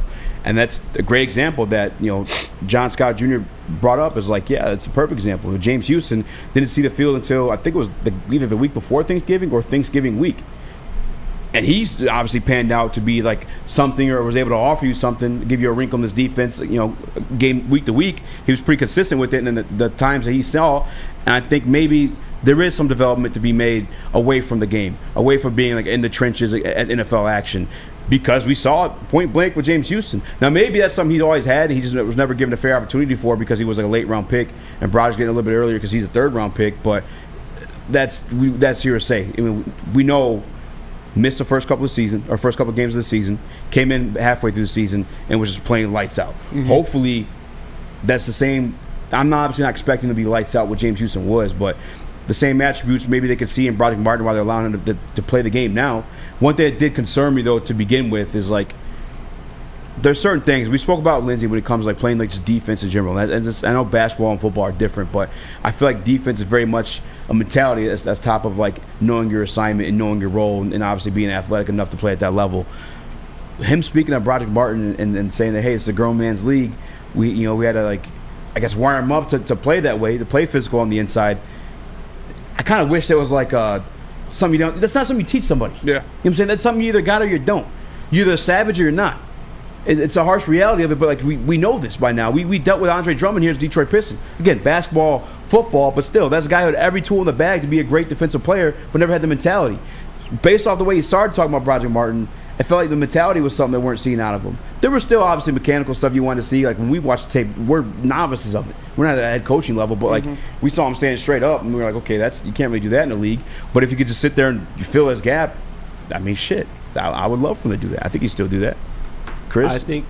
I think though this is where the trust comes in of Brad Holmes and Dan Campbell. I mean, how many times have we criticized them of taking players in the draft or signing through free agency or who they trade and didn't trade for because of the mentality? It's very clear that this team and this organization has been dedicated to building a culture from the ground up, and it's worked so far. So that's where the one thing where I give Dan Campbell and Brad Holmes and this regime, leeway or slack, if you will, is mentality. Like, I trust that they are going to draft dogs, guys that get after it, guys that want to be great, guys that work their ass off. And he even said in that clip, this dude's doing the extra things. He is working after practice. He is progressing. So that's why I have faith in it. If it was something else, if it was a skill thing, maybe I'd actually be a little more concerned. But the mentality thing with this locker room, the guys you got, and everything we've seen track record wise, passing up on Jalen Carter, not trading for Chase Young because they want the right guys in this locker room. I think if there's one thing you can point to in this regime, it's that they've been pretty spot on with the characters and the type of mentality that they want on this team. So I actually don't have any real fear when it comes to him in that aspect. Well, I don't know, though, because like the same type of people that we've kind of wanted or been drooling over have been those dogs. Those guys are kind of questionable off the field, but on the field they're complete savages. And obviously that's something that they, I don't want to say shy away from, but they have a very high standard of character they want in the players they draft. And I get it. By the way, they are doing things that we haven't seen this franchise do in forever. And I can't knock that down, as you said. But again, to start the conversation with the mentality, it was a bit concerning. However, I did see Broderick Martin in practice. We saw Broderick Martin in practice. We all went together. It was one of the first booms we heard in the padded practice. I think there's something there. In the same way, too, you heard Taylor Decker last year speak about when James Houston came up, and he was like, I'm not surprised at all. This kid was doing that stuff in the summertime, and we were just wondering like when he was going to get his. Well, this, per me, and you obviously, we liked what we saw out of Broderick. Yes. And we were wondering when the hell he's going to get his. And I think this is it. And this is a damn good game for him to, like, step up, too. Because, like I said, I think it's going to be a lot tougher than people think. And Aiden Hutchinson, he gets back there. He's fucking second in the league in pressures, for Christ's sakes. Still don't know what a pressure is by PFF standards, but he's second in it. But, I mean, we see it either way. I don't need PFF to tell me that Aiden's back there applying pressure. We see it. He's not always landing the sack. I know there's concern of some people. Some people ask if Kayvon's better than him at this point because he has more sacks. But I think when you have that interior pressure, or just pressure from elsewhere aside from Aiden, it's less easier for those quarterbacks to escape and just go for those little 15-yard gains they've been doing against us, or just land the sack in general. You know what I'm saying? Have somebody else back there. And I hope Broderick's able to bring that. I know for sure in the run game he'll be there, though. Yeah, I'm not doubting that at all. That's what if there's anything he's fucking big. Like, he's a really big guy, and we even saw that against the Raiders, that if he's out there, you're not going to block him with one guy. Because I watched his, and when he was in the game, I was watching him. I was like, I'm going to watch him this whole snap. I'm going to watch him this whole play. I want to see what happens. And when they did try to put a single guy on him, he was moving them off their spot. He was moving them into the backfield. So this is a guy who's going to command double teams just off his sheer size. And that's something the Lions need. It's something that they can help. And the best way to get pressure on a quarterback is from that interior, is to push that center or push that guard right on the quarterback's lap. Because then they can't step up in the pocket. They got to roll out, and that's where you got your other guys waiting for him.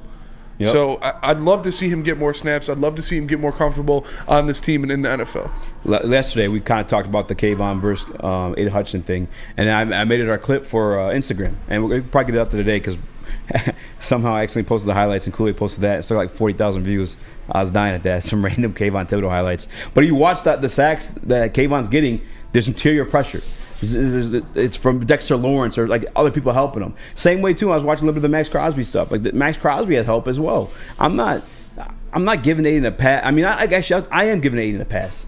I'm not harshly grading him the way everybody else is, the way they just want the sacks. That's like the end all be all. There's other ways to affect the game that's outside of like landing the actual sack. When you apply a pressure and a guy's like rushing to making a bad throw, that's a good thing. I think it's on the rest of this defense though to have somebody there to close those gaps when those quarterbacks decide to run, or close those throwing lanes when they decide to move somewhere else and make that toss. I hope Broderick's him. I guess that's what I'm close with. I think that obviously the possibility is there, and it's way too young in his career to say that he's not going to be anything like that.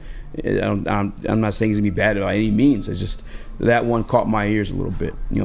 Saying that he needs the grown man mentality. It's a grown man's league. It's like, dude, he's fucking 6'8". He should be bullying people out there. You know what I'm saying? Like, and maybe he's just so used to lesser competition at Western Kentucky that like Hilltoppers. Yeah, that he don't even need to have that mentality because at 6'8" at Western Kentucky, you're going to be fucking all-star no matter what. You know what I'm saying? Like, maybe that's what he's talking about, just adjusting to the level of competition. I'm assuming that's what it is, right? I would think so. I mean, not moving up the third round for a guy that's, I'm not discrediting a 6'8" guy. I don't want to run this guy in the streets and have to answer for this, but I can't assume that his mentality is weak. So I'll back off that one a little bit. I think it's just adjusting the competition. I would agree with that.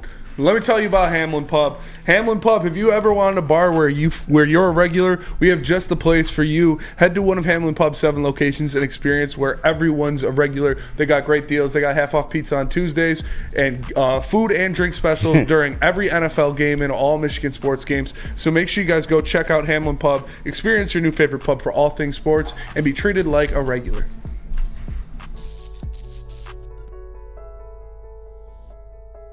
We've just received word. The world's cannabis supply has vanished. The public is outraged and has taken to the streets in response to this tragedy. The individual responsible acted alone, and we can only hope they will make things right soon.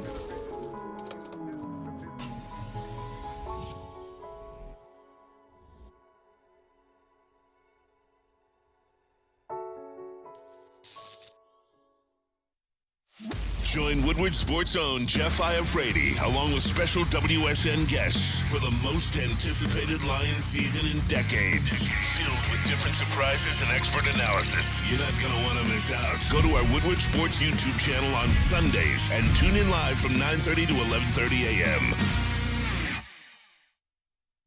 At work and at home, we're there with smarter security solutions. Featuring complete automation with customized alerts and more. For over 90 years, we've been the company that's been counted on to protect what matters most, all with personalized service and care. Right now, for a limited time, receive a free video device plus free installation with a new home system. Guardian Alarm. We protect Michigan. You guys want to go to the best tailgate downtown in Eastern Market? Shed number 5 is where it's at. It is the Lions Tailgate Party, the official Lions Tailgate Party, brought to you by Woodward Sports and Bullseye Event Group and Long Drink. Make sure you guys get your tickets at bullseyeeventgroup.com or for a chance to get some for free. DM Lions VIP to Woodward Sports IG. What up, though? Welcome back to Woodward Rates Live on WoodwardSports.com. I'm Easy. Join my guys from Rax, Young Chris, JB Smooth. Smash that like button, folks. I'm looking at 50 likes here. It's embarrassing. Maybe I deserve to be embarrassed. I get it. You guys want to hear me talk about the Lions Super Bowl every day, but I just... Speaking of embarrassed, don't you have a... Shouldn't you be in a different wardrobe today? I should be in a different wardrobe today, yeah. All right, Nick. That's on you guys. On us. You no one said anything. You got to fucking own up. You guys are aware of it. Why don't you say something before the show? Because I forget. You're the one that should know. Yeah. It's your responsibility. Mr. Never Lost. Mr. Never Lost. Look at me, still winning. I look too good today, Chris. I mean, come on. You want me to just deface this? Come on. Detroit Lions play this weekend, yes. But the power rankings, it's time to do it. Mm-hmm. Top 10 Tuesday. I heard Neil making fun of the top 10 list. Yeah. Sorry, brother. I love them. I love top 10 lists. Everybody loves top 10 lists. Top 10 lists, fuck. NFL every year. Top 100 list. I love lists. I do. I love lists. I love hating on them. That's what I'm saying. I love hating on them. I love making them. I mean, like, it's thought-provoking stuff. We make these lists. Justin Herbert might be above Jared Goff, made quarterback list. We're saying statistically. By the numbers. Who are we throwing out first? Let's do Spinny first. I was going to say, I said watch the throne style, but we can't really do it. All right, we'll do me first. Throw my list up there, Chris. Let the people gaze upon what I got for them. There it is. Spenny Power Rankings, number 1. Whoa. Number 1. I got the Baltimore Ravens, man. I respect it. I think they're the best team in football, top to bottom. They're going out there. They just dominated 2 teams that are trying to win their division. One that is definitely going to in the Lions, and one that's trying to win one of the best divisions in football in the Seattle Seahawks. So I got to give the Ravens their respect. They got one of the best, if not the best, probably the best defenses in football. Lamar is playing at a top level. They've got a Super Bowl winning head coach in John Harbaugh. And number 2, you got balls for that, by the way, too. Like, what? Putting the Ravens at number 1? Yeah, I mean, they deserve it, and I feel like everyone's like scared to put them there. I think they're the best team in football. Hats off to you for that one. Thank you. Number 2, I got the Philadelphia Eagles. You know, it's hard not to put them there. They haven't looked like they've looked in the past 2 years, but they're still winning. They're looking damn good. They got a bye week so they can, clean up those little dings and injuries they got in their last game. And number 3, I got the Kansas City Chiefs. They're still going out there. They're still winning. I think they're 8-1, right? Or 7-2. I don't know if they lost again. Yeah, they did lose again. So they're 7-2. They're going out there. They still got Patrick Mahomes. They still got Andy Reid. They still got Travis Kelce. Still got Chris Jones. I'll take that foursome over your dream foursome any day. I'm just kidding. But those are 4 very important factors to them winning. At number 4, I have the Jacksonville Jaguars. Like you said, Trevor Lawrence isn't playing, at a top level at all. He's not playing like the MVP that a lot of us thought that he was going to be this year, but they're still winning. They're going out there. They're doing it defensively. Travis Etienne is looking like a stud. Like, if they have most improved player in the NFL like they do in the NBA, it would probably be Travis Etienne because he's going out there. He's making plays. He scores a touchdown every week. Their offensive line is much better than it was last year, and the defense has been playing great. At number 5, I got the Cincinnati Bengals because old Joey's got his swag back. Like, Joe Cool's back. Got my swag back. I called it, by the way. I called it. Joe Burrow is out there. He is making plays, man. He's got his legs under him, so he can run around. He can do that. He can do that Joe Burrow magic. That Joe Burrow magic where you see him running around, avoiding sacks, getting out of pressures, and hitting those dudes. That threesome of receivers he's got that I'd put up against anybody's threesome in the NFL. Oh, yeah. And it's probably number 1 on that list. Those guys are all getting healthy. They're looking good, and the defense is coming around. Bengals look damn good. Number 6, I got the Dolphins because, they lost to the Chiefs, but I got the Chiefs at 3, so I can't put too much against them. We do still have to ask questions about can they beat good teams? Can they win big games? What's going on here or there? But that offense is still scary. Here or there. Here, there, this, there, Broussard. But I think nobody wants to see that Dolphins offense, and they're only getting healthier. They're going to get some guys back. A-Chain, I don't know when his timetable is to return, but he is just another electric piece you could put in there. I love Mike McDaniel, and the defense got Jalen Ramsey back, so they're going to continue to get better as he gets his sea legs under him. Speaking of C, at number 7, I got the Seattle Seahawks. Because, they just got blown out by the Ravens, but so did the Lions. Like, it was a bad loss, but the Ravens are just that team right now. And the Seahawks still have a very scary offense with playmakers all over the place. Geno Smith is playing great football still, except for that game against the Ravens, but nobody can talk shit about that in this chat because Jared Goff didn't look so hot against the Ravens either. So, again, Super Bowl winning head coach. They added a piece to their defense in Leonard Williams that's going to help them get more pressure on the quarterback. I like what the Seahawks are working with. Number 8, I got the Detroit Lions. The Detroit Lions, they're going out there. They're making things happen. Feels low. It does feel low, but I looked at this list and I'm like, dude, the AFC is back. The AFC is back. They never went away. They never went away. They were just kind of, slow out the gate. We're just so top heavy in the NFC. Yeah, no Jeffrey Dahmer, but they were devouring each other. Like you look at the AFC, and it's still the big bad AFC. The NFC is got good players, but or good teams, but the AFC is loaded top to bottom. I got the Lions at 8. I think they have a great team still, and they have one of the easiest schedules remaining in the NFL. They'll be able to go out there, get 12, 13, possibly 14 wins this season. So I got the Lions there. At number 9, I got the 49ers. Again, I need to see it. They were on bye this week, so we didn't get to see the new additions, what it's looking like. Brock Purdy had a couple shaky starts, so now he's feeling. But I do think the 49ers are going to move up this list pretty fast once they start playing football again because they do have a profuse amount of talent at every position. Sandwich. They got a motherfucking ham sandwich. Why the fuck Beth ain't just eat it cold? But I just think the 49ers are going to start shooting up this list when guys come back and they start playing football games again. And then at number 10, I got the Cleveland Browns, bro. The Cleveland Browns, that defense is different. I know, they played the Cardinals, but they look good against good teams. I like your list. And they're doing it without a quarterback. Like Deshaun Watson, bum. He is bummed. Worst contract in the history of the NFL, Deshaun Watson. Facts. And then you look at what P.J. Walker is doing. It's not like he's going out there and going for 350 all-purpose yards and 5 touchdowns. He's doing his job, but the Browns just keep winning because their defense is that good, because Jim Schwartz is a top 2 defensive coordinator in the NFL, and he has all those guys buzzing and making plays. That's why I got Cleveland at number 10. I like your list. Can you leave that up real quick, Chris? I just want to balls. Sure. Ballsy. This is like I feel like your list is like reality that people are just scared to speak. Like Niners at 9, ballsy because everyone kind of wants to dick ride them because they're just the Niners. They've been there every single year. The Browns, everyone kind of shit on them because the offense has been there, but they've been whacking teams like the Niners with freaking backup quarterbacks. Yeah, and the Ravens are number 1. Lost in the year. What'd you say? Chubbs was lost too in the year. Right? Yeah, and they lost Chubbs. Yeah, I what's Stefanski? Yeah. I like him. Stefanski's as a solid. coach. He's solid. If you want a playoff game with Baker Mayfield, I think that's you gotta leave it at that. All right. I feel I like your list a little bit better than mine.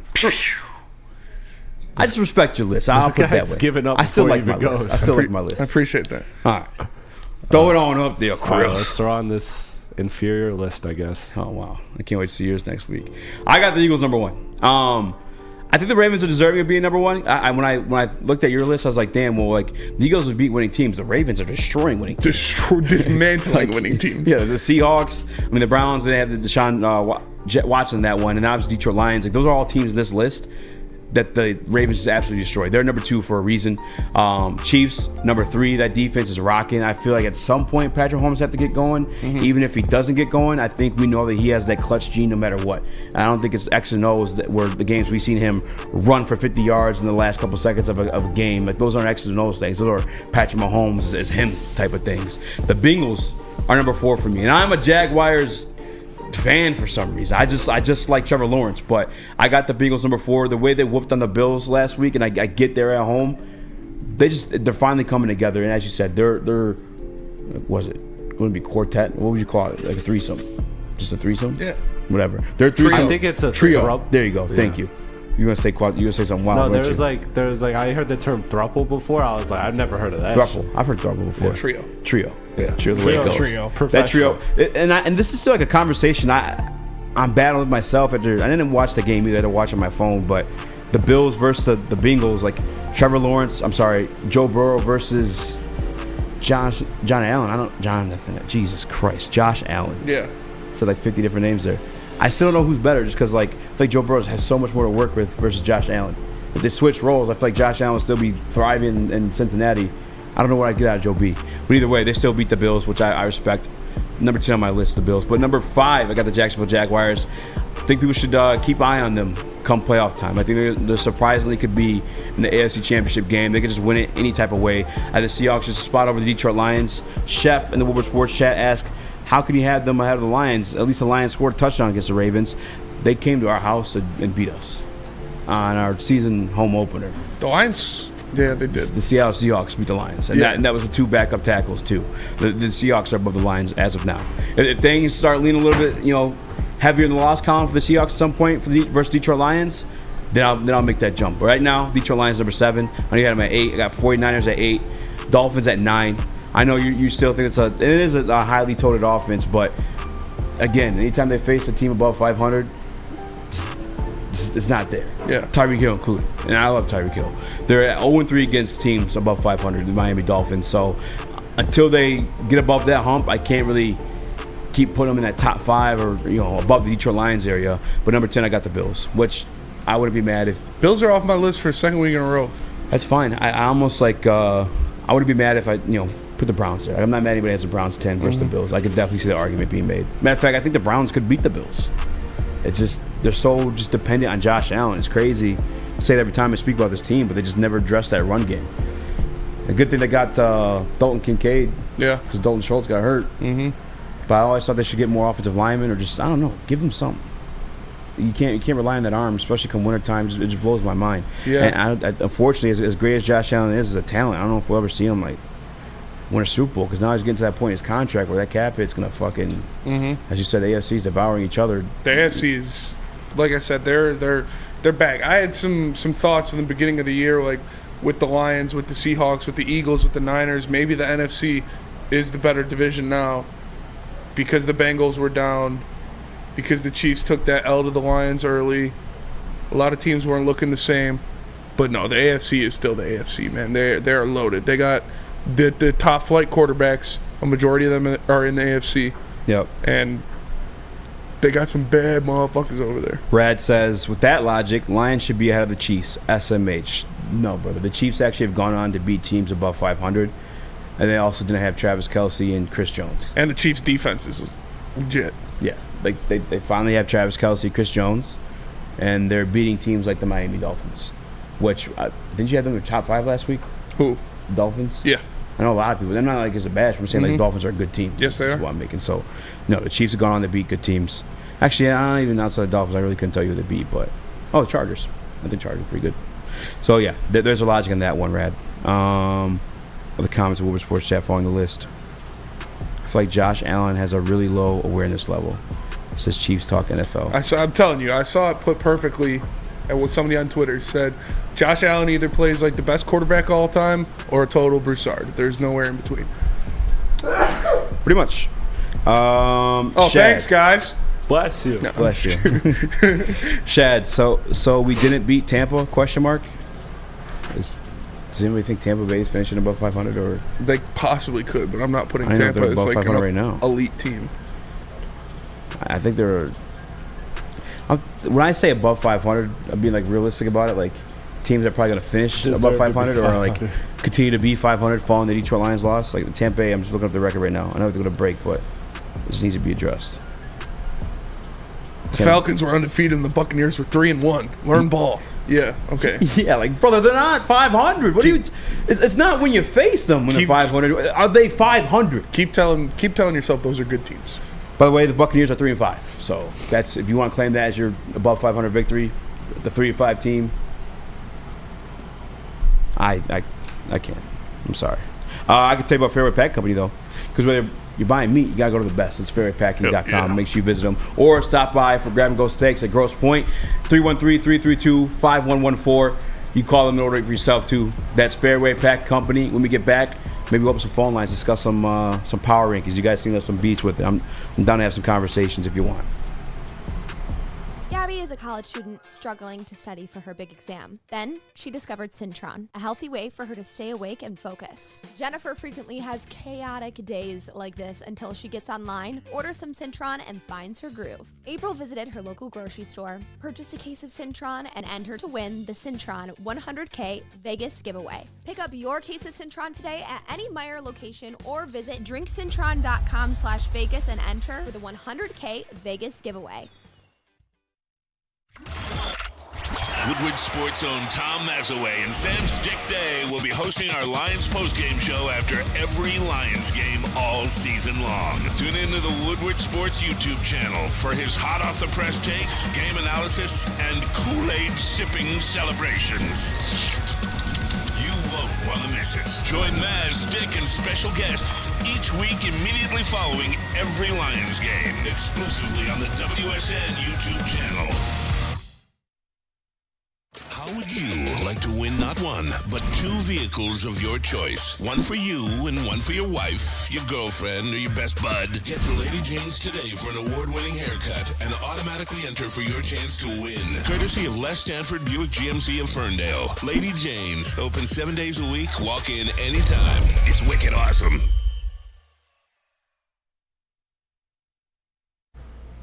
Now, how would you like to win $100,000 Vegas getaway? Take your closest friends and live it up in the city that never sleeps. It's the Syntron Energy. Drink it and live it. You should. Purchase a 24-pack today and enter for your chance to win. You can do that at drinksyntron.com/Vegas and buy Syntron at your local Meijer store. It's the Syntron Energy, Syntron, the healthier energy drink with great taste for the people who desire to look good, feel good, and be the best versions of themselves. Go to drinksyntron.com/Vegas for more information. Check it out. Buongiorno. Arrivederci. Welcome back to Woodward Heavyweights Live, WoodwardSports.com. I'm Easy. It's been more rap. Hello. Young Chris. Cervix. Young Cervix. Young Cervix. In the building. JB Smooth. Smash that like button if you guys haven't already. We need to get to 100 likes if you guys want to see me finally put on a shirt. I'm sick of those comments too. Yeah. Talked a lot of Detroit Lions today. Talked a little bit of football. I'm down to, like, I got heated in the morning show. I only watched the clip of it. And he apologized after. But Flannel Sam called SVG a better GM than Troy Weaver. Yeah. Okay. All right. That's all I needed to hear. You guys need me to say words. Yeah. JB, are you? Were you a part of this? I mean, I was there for it. Did you participate in this nonsense? I don't agree with it, but I was there for it. What did he say exactly? So we don't. We have to pull the clip. Yeah, we have to play it back. It's a lot compacted into one comment. Yeah. But Stan Van Gundy is better than Troy Weaver right now. So to give him credit for it, I called him out for it in our group text, and he did come forward and said it was in the heat of the moment, like passion got a hold of him during a heated Pistons discussion, and he just blurted it out there. He doesn't believe that SBG is better than Troy Weaver. However, Some of you all being tough on Troy. I think Chris started this trend when he wrote a letter. I did not start. He said, "Dear Troy, fuck your bitch in the trend. click you claim. West Side, we ride coming quick with game." Yeah, he said, "Dear Troy, you wish you could get Holly Berry, you motherfucker." Yeah, you claim to be a player, but I fucked your wife. Respect when he did that. Like the way he set that line up too was cold. Like he thought about it. You know, he put time. He knew what he was gonna say, but he was like, "When something's elite, you just know it's elite." And he just paused for a second. He was like Holly Berry. Yeah, you are. I think Holly Berry is the guy who started the Troy Weaver hate train. It was you, Chris. You wrote a manifesto. Hold on, drop the Troy line one more time. Don't say this is too fire. manifesto. Don't say manifesto. I think Holly Berry is pretty in church or in the grocery store. Hear it. So. Oh, you didn't hear it? No. I didn't That's hear why you're talking anything. over it. He said, "I think Holly Berry is pretty whether she's in a church or a grocery store." So Yeah. talent's talent. Yeah, But that's you what started. And he's right, because I saw it looks like a dog. Yes. Oh, yeah, Absolute dog. Should I throw up some Asar stats we got? Yeah, throw him up there. All right, let's. Yeah. Let's do it. You just avoid your Troy heat. Oh, We'll get to his Troy heat. yeah. Okay. First of all, Let's talk about Asar, because Yeah. this is a Troy Weaver W. Yeah. And I asked this question on BDE. I don't know if they talked about it, because this is when it was on Monday. This is Asar Thompson. 37 players have defended 40-plus shots within 6 feet of the basket. The lowest opposing field goal percentage against in the National Basketball Association is Asar Thompson at 45.3%. Kristaps Porzingis is number 2 behind him at 49%. And They're over the only 7-footer. 2 players holding their opponents under 50% shooting And I have within one more stat. 6 feet of the basket. One more stat too to follow that up. Yeah, Asar Thompson is only the second player to record 30-plus assists, 12-plus steals, and 15-plus blocks over his first 8 NBA games other than Michael Jordan. I'm telling you right now, if Asar Thompson continues this pace, this torrid pace that he's at defensively on that side of the ball, he is going to be first team all defense in the NBA as a rookie. That is the level he is playing at right now. He looks like one of the best defensive wings in the NBA. It's extremely impressive to see what he's doing. He blocks everybody's shots. He's pissing people off. And this isn't just like nobody's. He's not doing this. Is off the charts. Like I said, if this guy continues to play this way, which I don't see any sign of him slowing down, only getting better, he is going to be first team all defense as a rookie. That's the part, and this is like heading into last night's game. By the way, NBA again. Why no basketball tonight? Come on, Ain't nobody voting. Money. Don't vote. Either way, just in general in the rookie class itself, he is second in steals, and then he's third in blocks, 9th in the league in just blocks in general. This is heading into last night's game. Probably even higher after last night because he got a couple steals then too. But it's crazy for me. I can't even This is how good he's playing. I don't even know if there's like a. I'm not saying there isn't a ceiling for him to hit. Like there's like unlimited superstar. He's so good that I'm like, this must be like it. Like this must be like what he's gonna be. Because how are you gonna get better than this? Is that crazy to say? Like it's hard for me to even see how much better he could be. He gonna get better. He gonna get better. The star's gonna shine brighter. I think this kid's just scratching the surface of what he can be. In what ways do you guys see him getting better? Offensively, for sure. Yes. Offensively, he's shown his shooting has gotten better.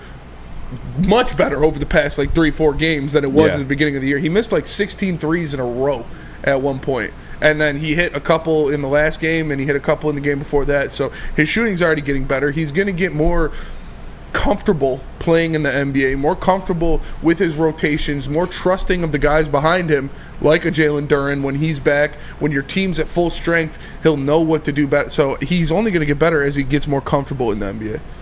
Yeah, it's crazy, too, because, this is what I've been asking for Troy Weaver to accompany Cade with, is one of these wings. And it feels like he's a year ahead of development too. By the way, he's coming out and he's ranking amongst NBA vets right now in statistical categories like blocks, which is a big man stat, by the way, to be 9th in the league as a wing. And they're not little fingertip blocks. It's not he's getting lucky. He is sending people shit. Yeah. It's awesome to watch. Some of his alley oops too. He's just fucking. He floats. Yeah, he literally floats. Yes, it is crazy. Chris, how do you see him getting better? I know Chris Spinney mentioned shooting, and I pray that's a piece because that's something I want next to K too. But what ways do you see him advancing? I see him in a lot of similar ways to his scoring ability. Obviously, the one you're going to point to is a 3-point shot because of how important that is in today's NBA. But you know what I see a lot of his game offensively kind of getting to is Tayshaun Prince. Tayshaun Prince was was prolific inside the arc scoring. He could get the mid-range. He had a nice little post. He had a nice running sweep. He was a decent finisher. I think Ausar can be a lot better given his athleticism and his abilities, but he can improve in more than just shooting from beyond the arc. I think limiting him to a catch and shoot role is undervaluing what he can be. Like, you don't want him to be an upgraded Reggie Bullock. Like, that's not what he's supposed to be. Like, you're seeing his ability to make passes.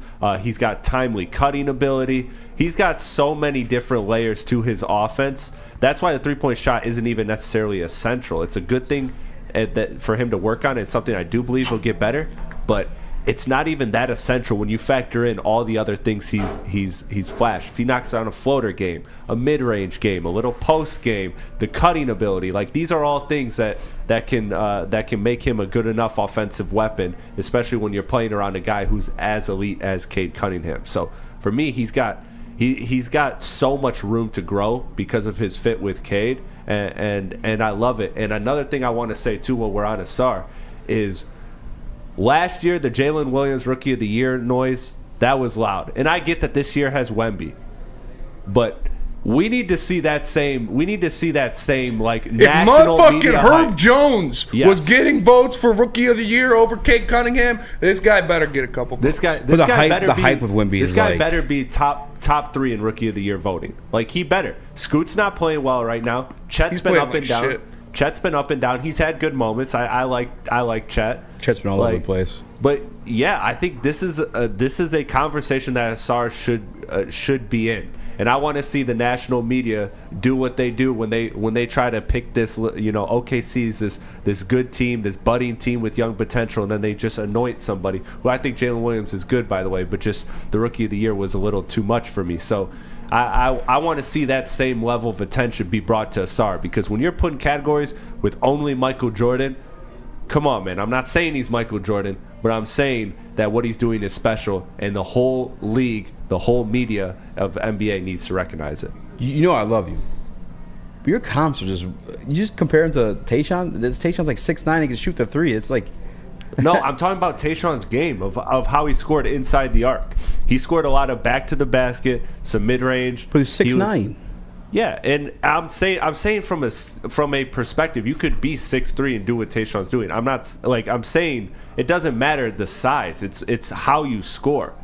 It's not just putting him on the 3-point line and expecting him to be like a Reggie Bullock, just catch and shoot and then guard the best defender is a waste of all the skill set he has, because he can also handle the ball. Like, there's things that he can do that remind me of Tayshaun Prince. Like, he's a couple inches shorter, yeah, but his game can do similar things, especially today with how strong he is. He's stronger than a lot of the wings that guard him on defense. So he can do some of those same things. Spinny, is there like a name you could put out there to like articulate in my brain for like a comp? I think at his peak, if he becomes everything that he could be, I could see him being a Jimmy Butler type player. Jimmy Butler? Ooh, yeah. Fuck. Yeah. Like, to be able to guard the best player on the other team, to be able to facilitate in offense, to work inside. To work inside of the 3-point line efficiently, and not have the best 3-point stroke. Yeah. But to be able to knock him down if he needs to. Yeah. That's someone I look at. Like, he should.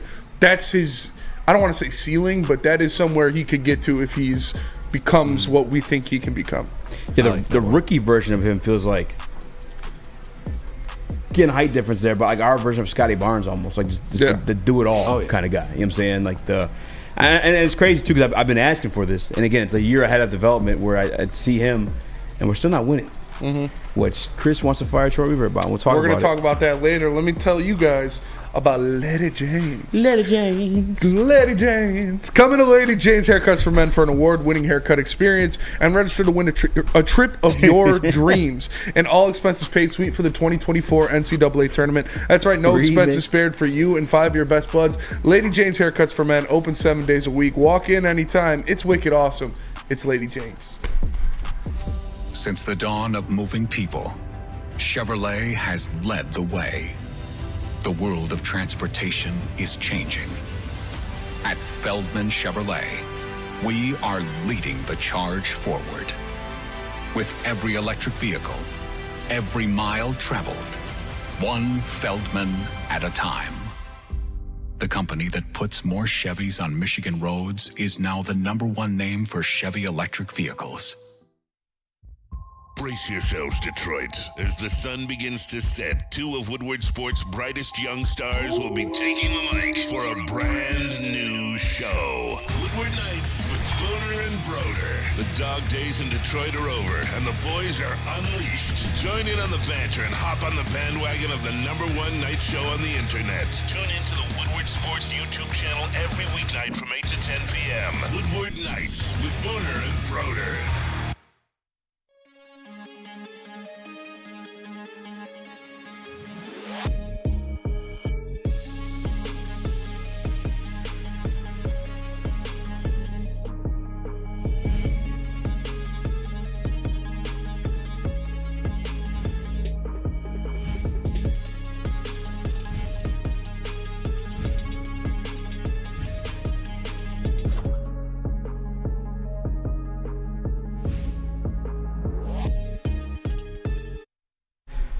Feldman Chevrolet. It's the best car buying experience you'll find in the state of Michigan. And it's easy to find in the state of Michigan with over 18 locations of Feldman dealership right around the corner from you. Visit feldmanauto.com to find the closest.com. We're just starting all over the place today.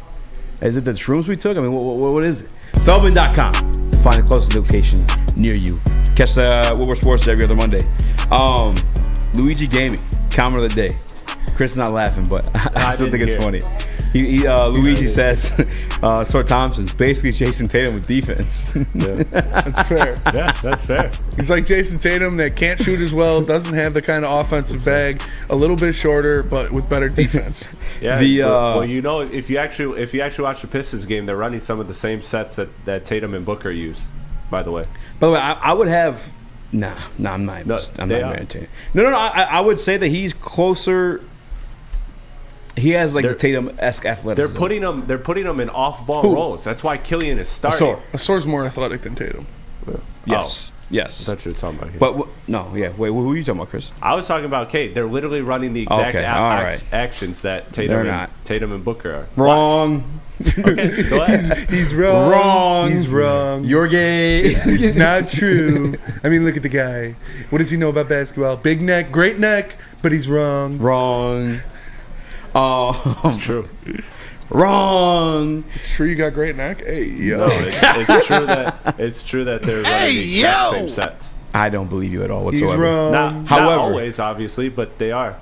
Wrong. That's what Look at them. They ran a pick and roll for Jason Tatum. They ran one for Cade Cunningham. They're the same player.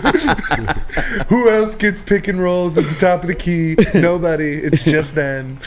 Listen, I'm supposed to be the stubborn guy. Chris is firmly, like, I think, for sure, when he sets his foot in, definitely the most stubborn.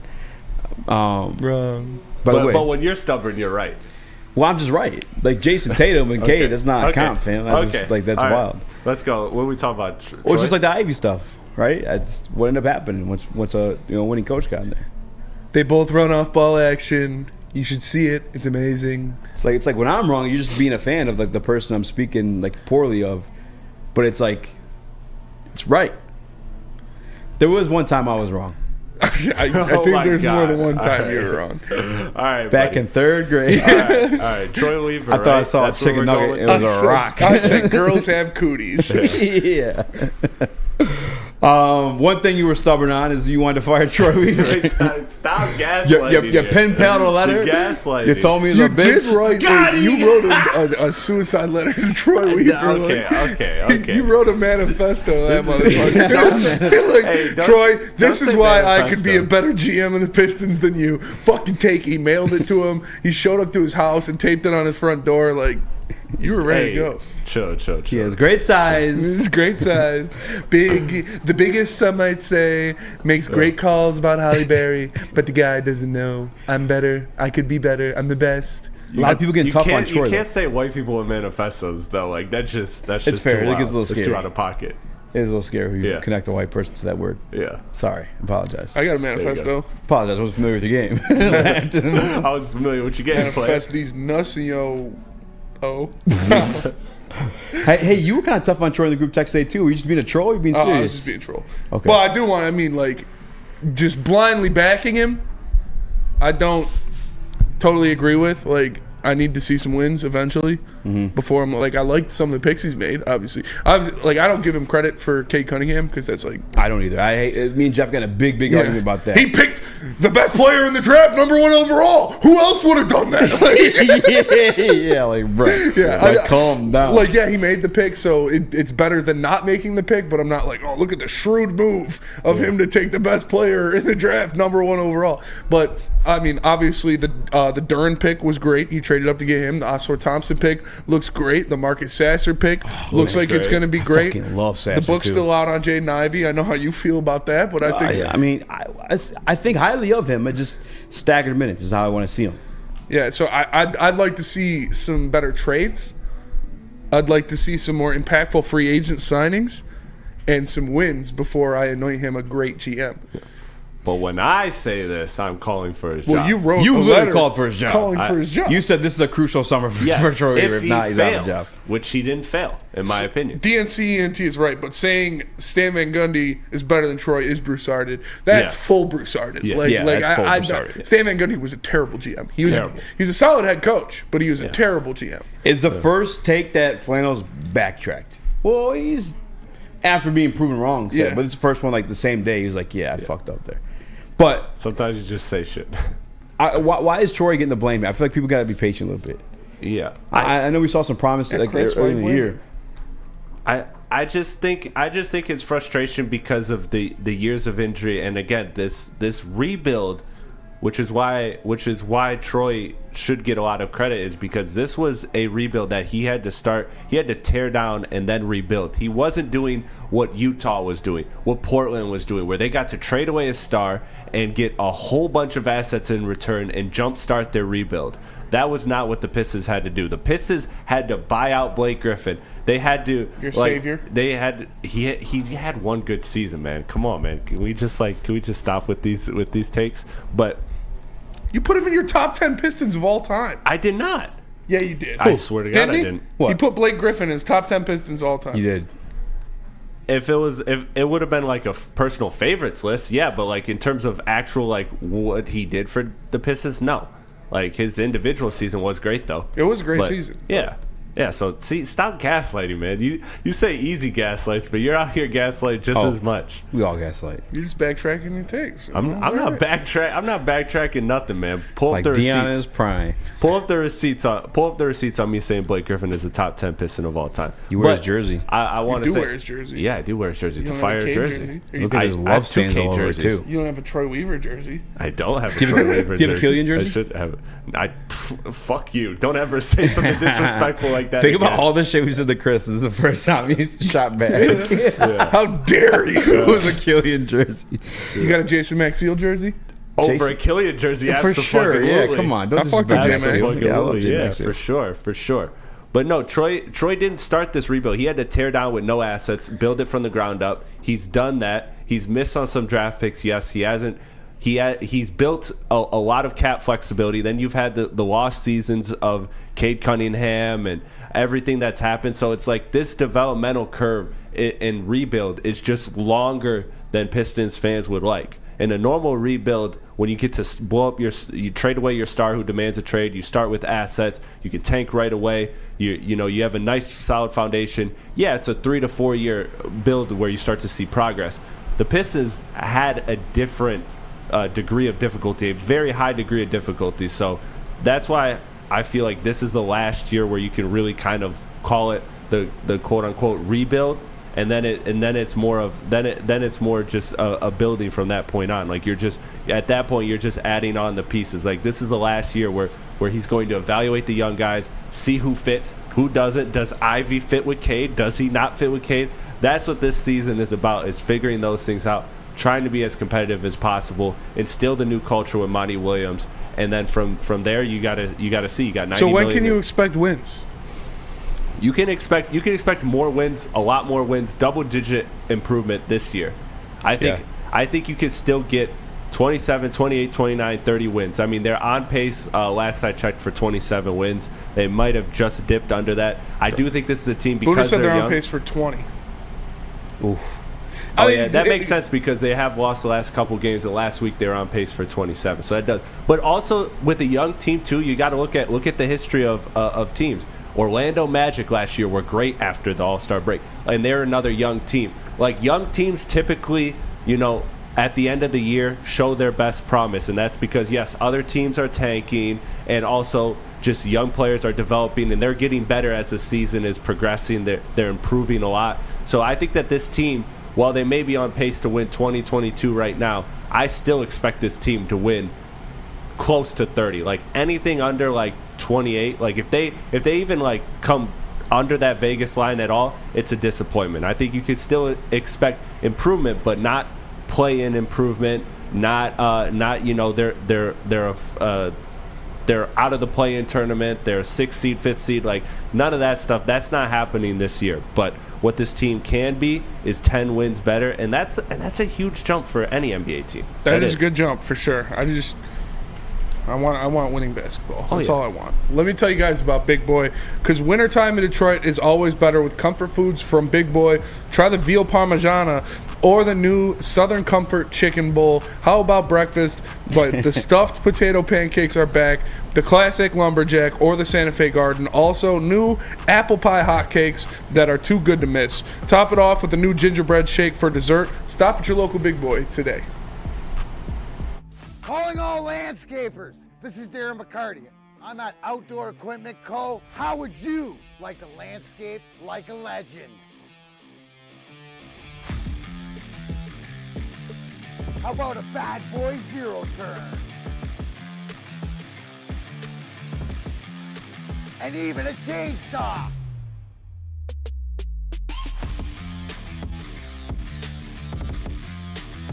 And even a weed whipper. Whether you landscape for your job or landscape for fun, get all your equipment from Outdoor Equipment Co., the official equipment provider of Woodward Sports. Michigan grown, family owned. OutdoorEquipCo.com.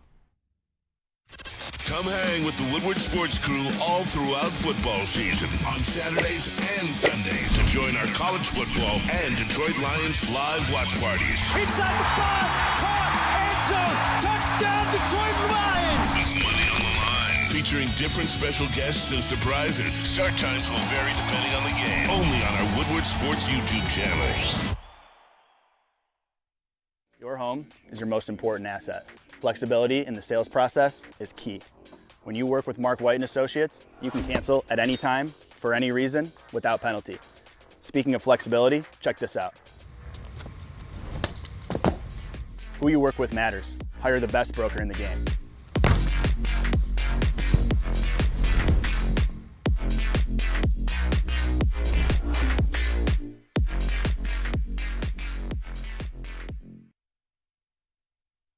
Fall's the perfect time to shop your home and auto insurance. Do it the best. That's my guy Mark over at Swiss. Visit him at mark@swissins.com or give him a call at 248-800-4177. Email him feet pics. What up, though? Welcome back to Woodward Waits Live at WoodSports.com. I'm your boy Easy Joe, my guy Spin More Rax, Young Chris, JB Smooth. I am patient with Troy. I think, by the way, I'm the guy who wanted Benedict Mathurin. I'm the guy that wanted Shaden Sharp over Jaden Ivey. Mm-hmm.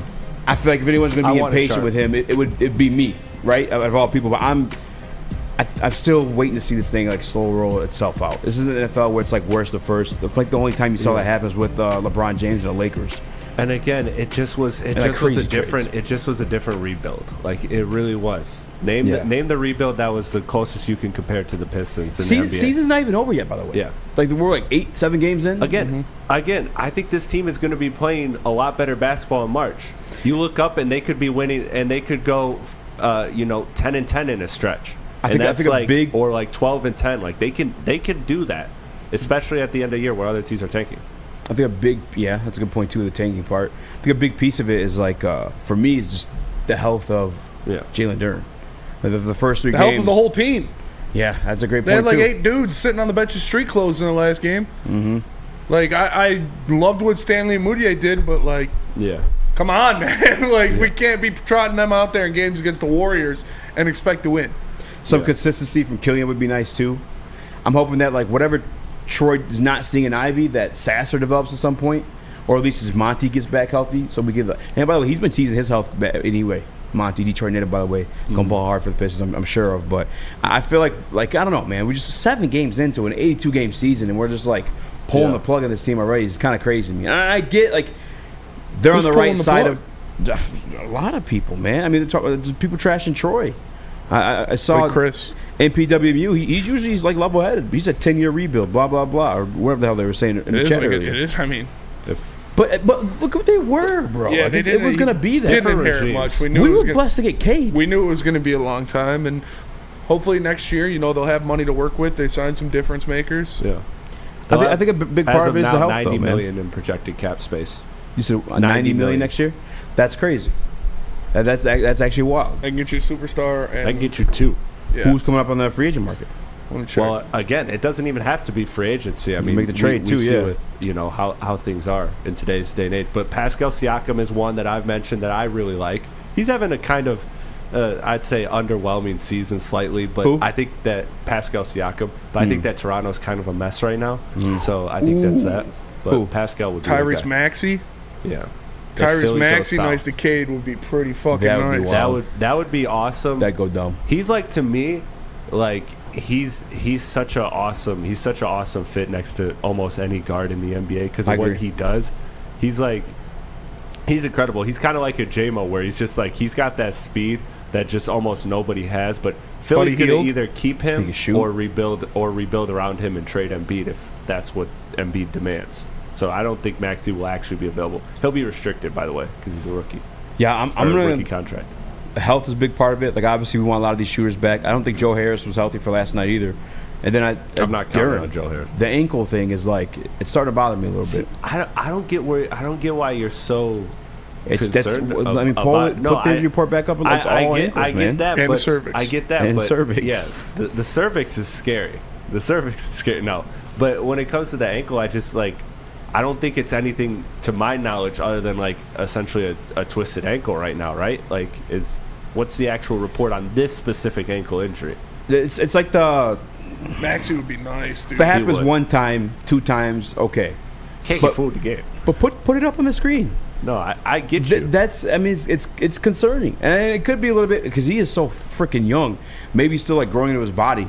Yeah, and then the weird stuff like that's gonna happen. But I don't know, man. It's consistent enough for me to feel a type of way about it. I mean, it's early into the season and we're sitting out games at 19 years old. But again, too, I do want to put that out there, especially the cervix one. Again, that was March 20th. That's damn near the end of the season. That's one of those ones where the Pistons were tanking. They were trying to up Wiseman's trade value. Are we really some of those injuries last year? Were they actually real injuries, or were they something that he could have played through if they were competing for home court advantage in the first round? Yeah, and it could be real injuries. They could be on different ankles too. So they could. But that'll do it for us one today. Appreciate you all tapping into the Woodward Heavyweights live on WoodwardSports.com. Make sure you like and share the stream. For Easy, for Chris, for JB, I'm Spencer Raxter, and we'll see you guys tomorrow. Peace.